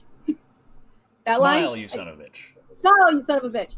I actually said a variation of that line when I killed the final boss in Dead Space. There's one glowy sack left. Cat, you have to do it. And I said, sayonara, you son of a bitch. And I'm like, that's not it. Don't care. Good enough. Just go with the thing. Yeah, fuck you two. And then I killed the final boss. Well, they told me that would take me 3 hours. 1.5. Okay, we're closing in on the 2-hour mark. Oh yeah, we haven't talked about the new voodoo-themed horror movie called Spell. Yeah, I was trying to get the trailer downloaded to get a little mini trailer put together. Unfortunately, it was coming out corrupted, and I couldn't. But the movie looks cool. Does it look better than what they're doing? Did you know they're remaking The Craft? Or is it a sequel? That's the problem. It says it's a remake. But there's sequel reference, but it's it has references to the original Craft, so we're like, is it actually a sequel, not a reboot? I feel like these kind of things can be described as spiritual reboots versus because it's technically this happens a lot in movies where it's effectively a sequel, but they're assuming that no one knows anything, so this is a starting point, and they're going to rehash the same kind of stuff they did before, so it's kind of a remake, but they're acknowledging that the previous events already happened, so it is by definition a sequel. Yeah.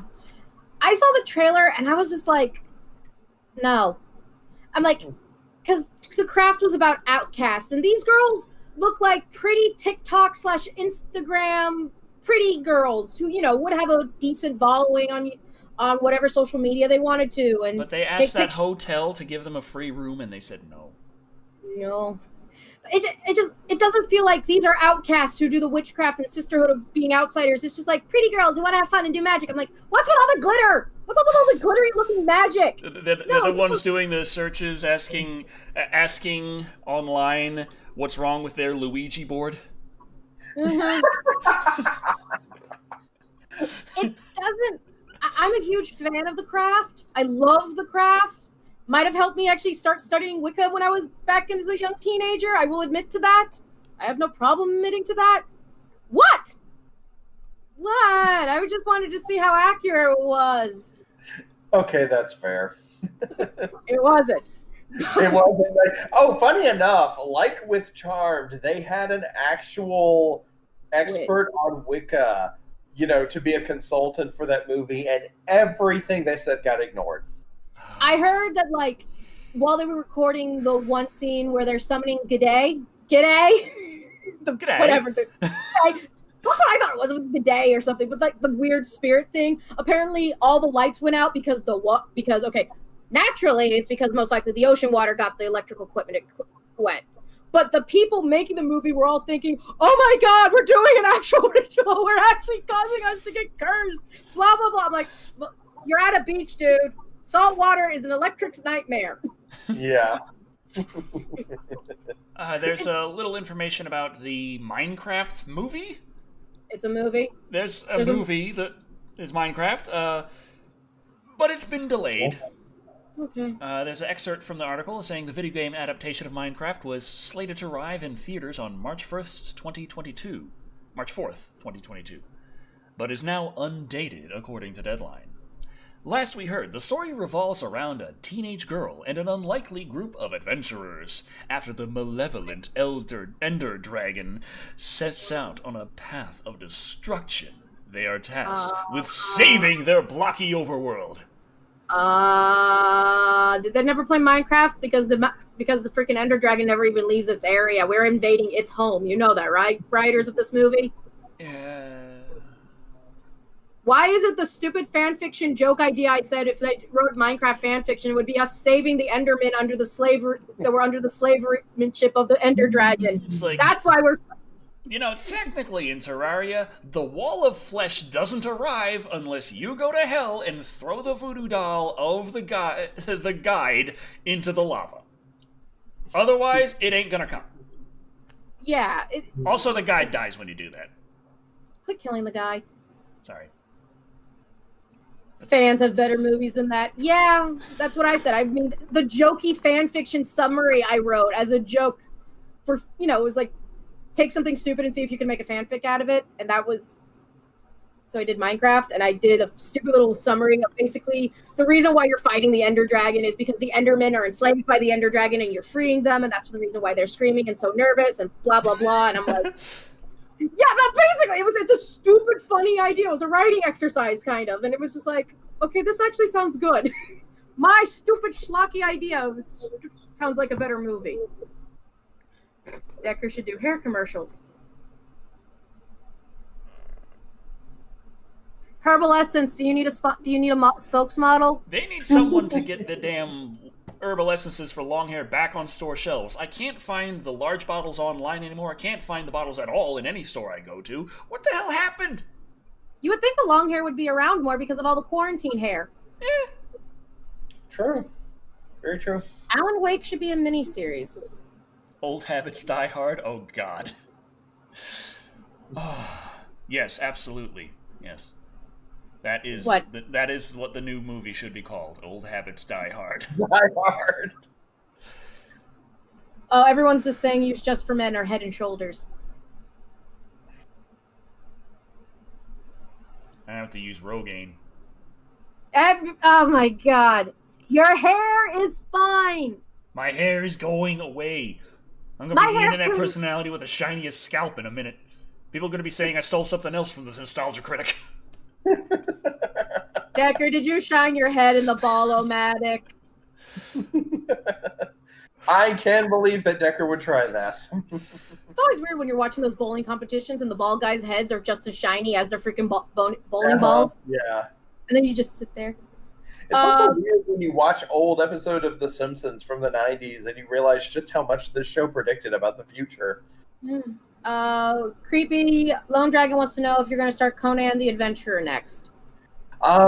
Next is I've got to start back on Spider-Man once I'm done with X-Men, and I've got Gargoyles coming up. So it'll be a while before I get to any new retrospectives, period. We're still nowhere near finished with Batman, and the Scooby-Doo retrospective I'll probably be reviewing this for as long as I have a review show, maybe even longer. What's the new movie? I legit thought Creepy's leg was the cat. That's a foot. What? I'm just trying to get in focus, that's all. Fancy reviewing the Kingsman movies. I'm just confused by the Kingsman movie advertisements. Don't watch the advertisements. Actually watch the movies. Manners maketh man. It's a great movie, and I almost freaking knocked something out of my desk. Well, as far as I can tell from the advertisements, the Kingsmen are the League of Extraordinary James Bond assassins who fight because it's cool. They're technically supposed to be special royal guards, related, basically a kind of reminiscence of the Knights of the Round Table, but with James Bond gadgets and more modern stuff they're doing. They're to protect Queen Country and everyone else. Because it's cool. Because, yes, it's cool. Okay. First Kingsman is a good movie, and I like it. Fight me. Alright. But, yeah. There's one other piece of news I have here. You think? Go for it. Everyone remember the mini Sega Game Gears? Didn't they only have like 4 games on each one, and you had to collect all 4 of them? Yeah, and they only came out in Japan, and the screen was literally this big. Mm-hmm. Like, talk about postage stamp. Like, people are saying the thing's the size of a VMU. Is like, well, technically the whole thing, yes, is the size of a VMU, but that screen is 1/4 the size of the screen on the VMU. What's a VMU? The little memory cards for the Sega Dreamcast. Oh, thank you. They had a screen on them. They had a little cell battery that you could use that memory card as a handheld gaming device for 2 hours, and then the battery died. Oh, was I part of the stream when you talked about that and I was making fun of how I'd rather play with Tiger Electronics? Yeah, I think so. Maybe. How long have I been here? Although I do remember Tiger Electronic handheld toys, and actually I had the Garfield one, and I actually enjoyed playing that one. Well, maybe enjoyed is the wrong word. I was more like frustratingly determined to beat it, which I finally did, and then I stopped playing it, I think. I'm going to take a wild stab in the air here, but I'm going to guess that the music for that game sounded like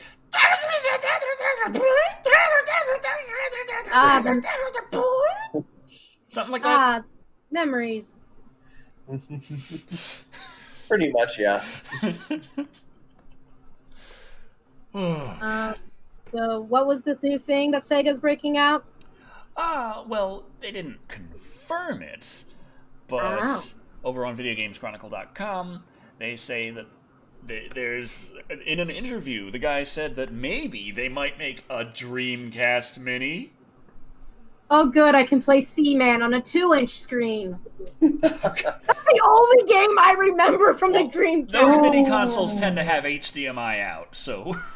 Okay. But I should know the others, but no, I just remember that one, and I think, was Sonic Adventure one of them? Yeah, Sonic Adventure 1 and 2 were on Dreamcast. Yeah, that's right. They were. Yeah. As you can tell, I didn't own a Dreamcast as a kid. GameCube got Sonic Adventure 2 Battle, and then after that, Sonic Adventure DX. Wasn't Sonic Adventure the one where the Silver the Hedgehog appeared? That was Sonic. Oh. Silver the Hedgehog was in Sonic 06. Okay. Yeah, the one Sonic Adventure had the Chows. Sonic Adventure had the Chows. And Chaos. E102 Gamma. And Big the Cat. And Froggy and the Amy Chaos. Rose. And Chaos. Chaos and Tikal. and all of them. Had the girl Echidna? Tikal. Tikal. Yeah. Okay, sorry. And this is the point where all of the extra characters started appearing that would eventually make their way into Sonic Hero. And yep. Sonic Adventure 2 had Shadow the Hedgehog, and you could play as Eggman. And also Tails levels where he piloted a mech and shot things. Didn't he also get like a little bow tie that gave him like some special ability or something? I don't know if that was 1 or 2. I think that was 1. I remember watching Runaway Guys late at night while I was sick with a cold. And I was like, I need something to watch that I don't have to fully pay attention. Sonic Adventure. Let's watch this. Fine, whatever. Plays it. And I'm like laughing my butt off while hacking up like long. Worst idea. Jordan Carpenter says Sonic Free Riders is the worst Sonic game. And that was the Sonic game where you're going around on the jet boards and you play on Kinect. I hate that already. Boob the Cat is in Adventure 2. I thought Bat Boob was in Adventure 2. Oh, sorry. yeah. Sheila's Adventure 2. Rogue the Bat. Rouge, Rogue. Rogue. She had boobs. Oh, yeah. Her little thing is set up like a heart, and she's got the cleavage right up there. Hello, kids! Want to play this game? This is what happened. That's how a lot of furries woke up that day. It's so funny. It's like, furry. That was a furry awakening. That was a furry awakening. Robin Hood was a furry awakening for some. Zootopia was another one. I've said this many times before, but when you think about all of the cartoon shows from the 70s through the 90s that starred furry animals as people, the furry movement feels kind of inevitable. Yeah. And then you're watching shows like Arthur where they're anthropomorphized animals as well as animal pets. Mm-hmm. And you're sitting here going, yeah, it's the goofy Pluto conundrum. Do they also eat meat on Thanksgiving? Yes, they do. Oh God. Yeah. They Arthur the Aardvark I think does eat meat. So, which is funny because he's an aardvark and they don't eat. Well, wait, they eat if it's their neighbor, they'll make an exception. It's like when you were playing Animal Crossing for a while and you notice, hey, this guy's a carnivore. He should be eating that herbivore animal I have over here. I have 2 lions and a deer. Why haven't they eaten them? Oh, here's some fruit. Here's some fish. Oh. Yeah. The Dreamcast Mini idea, there's this big interview, and I wrote here, sure, Yosuke Okunari had this big interview with a lot of topics, but the only thing anyone really cared about was when he mentioned that a Dreamcast Mini might happen. With a quote, I think that for the next one, we may go with a concept close to the Mega Drive Mini. If I have to say some names, it could be an SG-1000 Mini or a Dreamcast Mini. That's the end of the quote. That's all he said on it. He's like, we might make one. And we don't know. Yeah, it's like he had a huge interview that was like a half hour long at least, like talking about lots of different things. That's the only thing anyone's talking about and writing article after article about. It's the one thing that they're like, It's like that one E3 interview where she was like, where this woman who was asking the guy, they were working on the next Star Wars game. And she's like asking these questions. She's like, so will my character use a lightsaber? I'm sitting here going, that is the dumbest question you can ask about the Star Wars game. Why wouldn't you be using a lightsaber? It's like a requirement. But it sort of reminds me a bit of, there was a recent interview with, from Kotaku to, Phil Spencer. And everyone is jumping on this saying that this is entirely, like, evidence that all the Bethesda games are going to be Xbox exclusive. Because he said that when asked if they need to, if they can possibly recoup the $7.5 billion investment if they don't sell Elder Scrolls 6 on PlayStation 5, and Phil's there like, yeah, we could make the money back. We don't have to do that. And then he goes on to say that with the acquisition, it was never their intention to prevent anyone from playing any games on their preferred platform or what have you, and all sorts of other things. And by the end of the statement he made, he pretty much gave a non-answer, a non-committal. He didn't say that they would come, he didn't say that they wouldn't come. But everyone's taking that and just trying to say whichever side they personally believe in, if they are going to be exclusive or if they aren't, that's supporting it somehow now. And I'm just sitting there looking at it like, I think it's relatively simple. If the PlayStation 5 sells 80 million units and the Series consoles sell about 20 million, you bet your ass Elder Scrolls 6 is going to be on PlayStation 5. Yeah. I'll just sit here with PC though and modify it, fix the bugs that Bethesda's not going to. Ooh, wonder if Microsoft's going to be hardcore on the bug fixes now with Bethesda games. Well, considering the state of the Microsoft Store, probably not. Okay, good point. It just works. It just works. There's a reason they have a good relationship. Oh boy. They're going to release Skyrim on PS5. It's going to happen. We're talking about Elder Scrolls 6, but... Yeah. Where do you think it's going to be set? Do you think it's going to be set where the lizard folk live, or do you think it's going to be set where the Khajiit live? I hope it's set where the Khajiit live. I'm hoping for Khajiit. I'm hoping for elsewhere, which is Khajiit. It was a little confusing. So I'm the odd one out, in which I want the lizard folk. I think from what we've seen so far, it would suggest either Elsewhere or Hammerfell. Yeah, because it's deserts and there's jungle, and Elsewhere has deserts and jungle. I can word. Where the Redguard live, is there also desert and jungle? There can be. Yeah. They should place the game wherever that Argonian made book. That would be in the swamp lands. It's going to be a lot of swamp if you do the Argonian. The lustful Argonian maid is the Argonian maid is in the book depicted as foreign to the land that she's from. Yeah, lifts her tail. God, I had a friend of mine who got Skyrim, and they asked me. And they're playing Skyrim, and they're finding books. And Cat noticed some of the characters pronounced Khajiit, cat sheet. Yeah, ha ha ha. And my friend was like, I asked them, did you find the Lusty Argonian Maid book? And they go, no, why? And then they found it, and then they just messaged me going, God damn it, Cat. I think when I was playing Skyrim VR on the gaming channel, I actually read that book out in VR. I think, if I remember correctly, weren't there several parts of the Lusty Argonian Maid in different volumes? I think there's like 2 volumes. I know there's a Lusty Argonian Maid that's around a bunch of, not scrolls of paper, but like a cloth thingies, and the spell that teaches you telekinesis? Or it's a masturbation joke. That's where my friend found it, and they messaged me going... Stone flesh?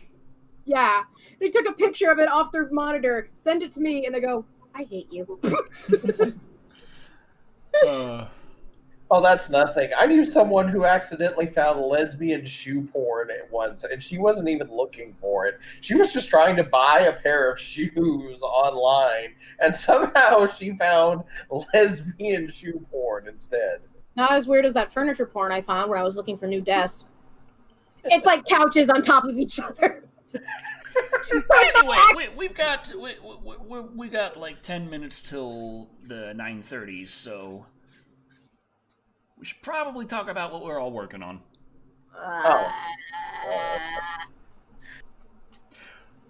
I'm still working on that crossover with Creepy. He did all his work very quickly, very good at it. I'm not. But past that, I'm hoping to actually get a bit of this out for October. Oh, right. Be my victim, Decker. Be my victim. And then November, I'm looking to see a little bit more giant monsters stomping around, and hoping that all works out well. And a return of Dinosaurs with this lovely 4K film we have here. And the T-Rex. It's just $35 for this in 4K. The Mummy was $20 for the entire set in 4K. But to be fair, I also got this on the Prime Day deal. Aha! So yeah, also I need to put out more content on the gaming channel. Yeah. Ooh, you could do the VR fishing game of Final Fantasy 15. Well, yeah, I already did that on my gaming channel before, but I have this VR. You could do it again in that VR. And just stare at Gladio. We could play some more EDF. World Brothers doesn't come out until 2021 in America. Early 2021, but 2021. Well, that's good. Okay, creepy. You could do Phantasmophobia in VR. Oh god, that would be so much fun. We really should do that. It's a ghost hunting game with actual ghosts that try to kill us. Is it multiplayer? Yes. Oh, good. With spatial audio and walkie-talkies. Oh, that sounds fun, and I want to be a part of it. And you have to test and identify what. It's kind of mystery puzzle solving where you try to identify the ghost. But if the more you get it out, the more aggressive it becomes, and it can kill you. There's also that actually sounds fun. I think all three of us should play that. Yes, let's all just do our ghost hunting show. Okay, we're all gonna need handles. Decker, you'll be best hair. Creepy, you'll be the creepy guy. Greatest horror film of all time, Meth Gators. We're still writing the script. But it will be the greatest! I've got Gargoyles coming up. The next Gargoyles review, and hopefully before the month is over with, I will also get out a Scooby-Doo retrospective. So there's that. Which Scooby-Doo movie, or is that a surprise? It's a surprise. Okay. It's one up in one. I'm breaking I try to do these in order more or less, but I'm breaking that one for Halloween because I want to do something fun. I still have to review Shaggy and Scooby-Doo Get a Clue. I put that off for as long as I can. I can't put it off for much longer, but I haven't watched all the episodes yet, and I want to do something fun for Halloween, so I'm going to review a Scooby movie that I actually enjoy. I'm going to have some fun with it, basically. Michael Wolf wants to know if Meth Gators will be in 4K. Well, yes, I have a 4K camcorder. We're definitely going to do 4K. I don't know if the Meth Gators that are going to be CGI are actually going to be rendered in 4K, but the rest of it's going to be 4K. Hold it. I don't remember us agreeing to do CGI Meth Gators. Hey, I can download, what's it called again? That program that does the 3D things?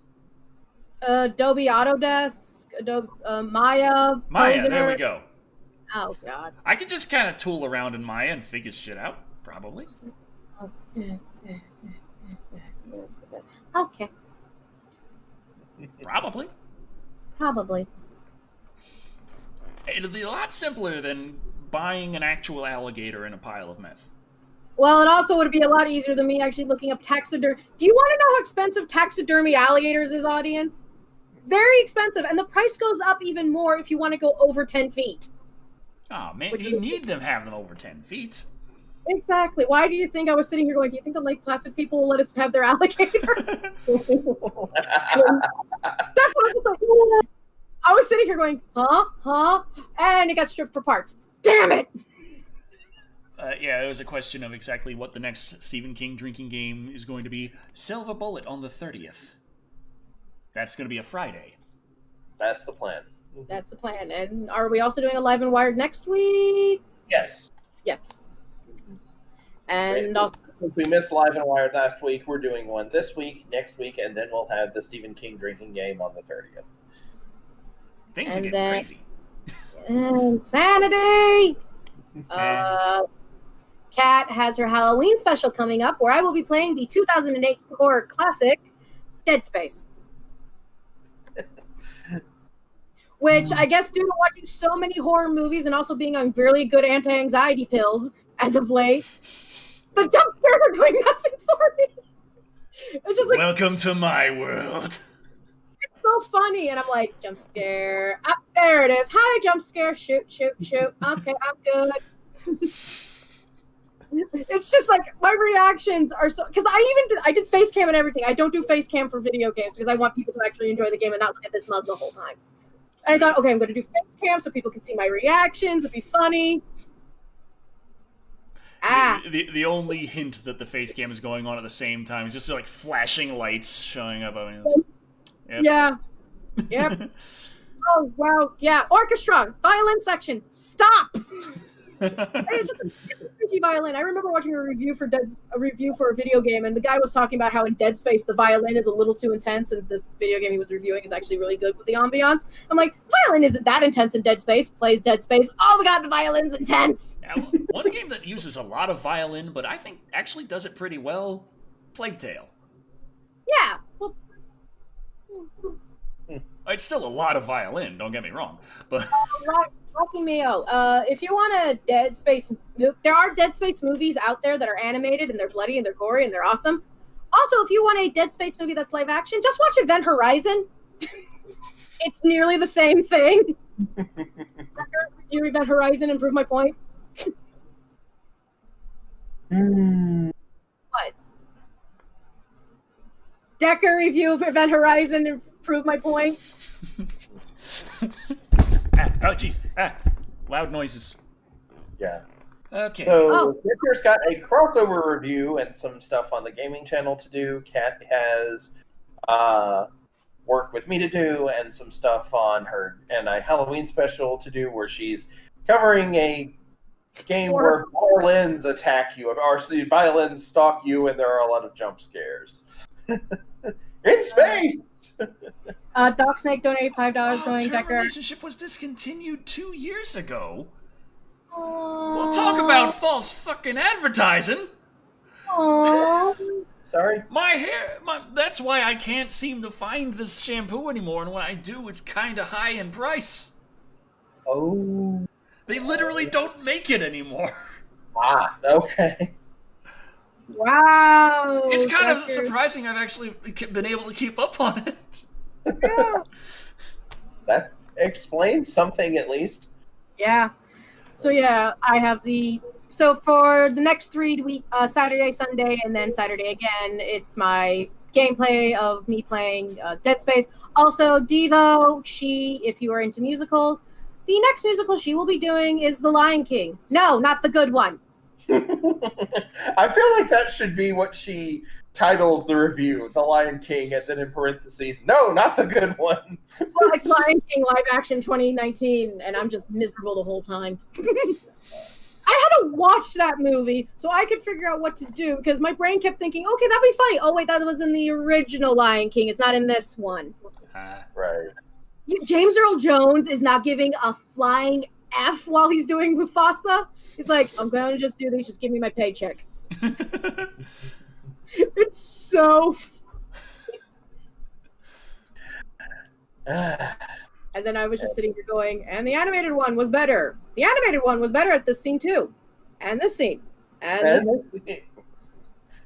Why am I not watching The Good Lion King? I'd rather be watching Lion King 2 right now. So horse shampoo for the mane and tail or mane and body might be good for my long hair. I could give it a shot. What's the worst that could happen? Believe it or not, they've actually found that, yeah, that is true for some people. Some people do react well to that. It's not as weird as you might think. At least you're not washing your hair with beer and giving off horse girl energy. Oh, God, the brownie fandom will come. Hell, it's probably going to be cheaper than trying to get the last 5 bottles of long-term relationship in existence. I couldn't find the big ones at all anymore. I'm like, what? Nothing was carrying it anymore. I'm like, no stores. I'm like, what's going on? It's like Zombieland, but instead of looking for Hostess Twinkies, he's trying to find the herbal essence. But yeah, that does explain. 2 years ago, that's when I started having trouble finding this shit. It became harder and harder, and I'm like, why? Again, you can always wash your hair in beer like they did in the 70s. And also, the Herbal Essences has recently changed their bottle design, and I couldn't find the long-term relationship in the new design either. Like, it's always the old design when I find it. All these questions are now answered. Like, why didn't I realize this before? Oh. So. That's okay. So Decker's now in a depression. No. Okay, sorry. Getting out of that. Getting out of a depression. He's just sad he can't find a shampoo anymore. I am disappointed, but I will cope. Okay. When the stream ends, he's going to be screaming for 5 minutes. No, I'm going to pop open the whiskey. Pour one out. Oh, man. So, thanks you all for watching. This has been Live and Wired, episode 77, Endure the Horror. And indeed, we did. Yeah. And so did all of you. Yes. Thank you all for watching. I have been Decker Shadow. I've been that long-haired creepy guy. Cat. And remember, if you find a brand of shampoo that you really love, maybe buy a few pallets worth of it, just in case. That's what I did when I found a bunch of crock-pot bags. Like, they were all out at one store. I go to another one the next week, and they have a whole bunch of them. I grabbed, like, 3 boxes full of this stuff. I'm like, I'm taking no chances. Like you're preparing for Redacted. Basically, yeah. Good Bye, night, everyone. everybody. Yeah,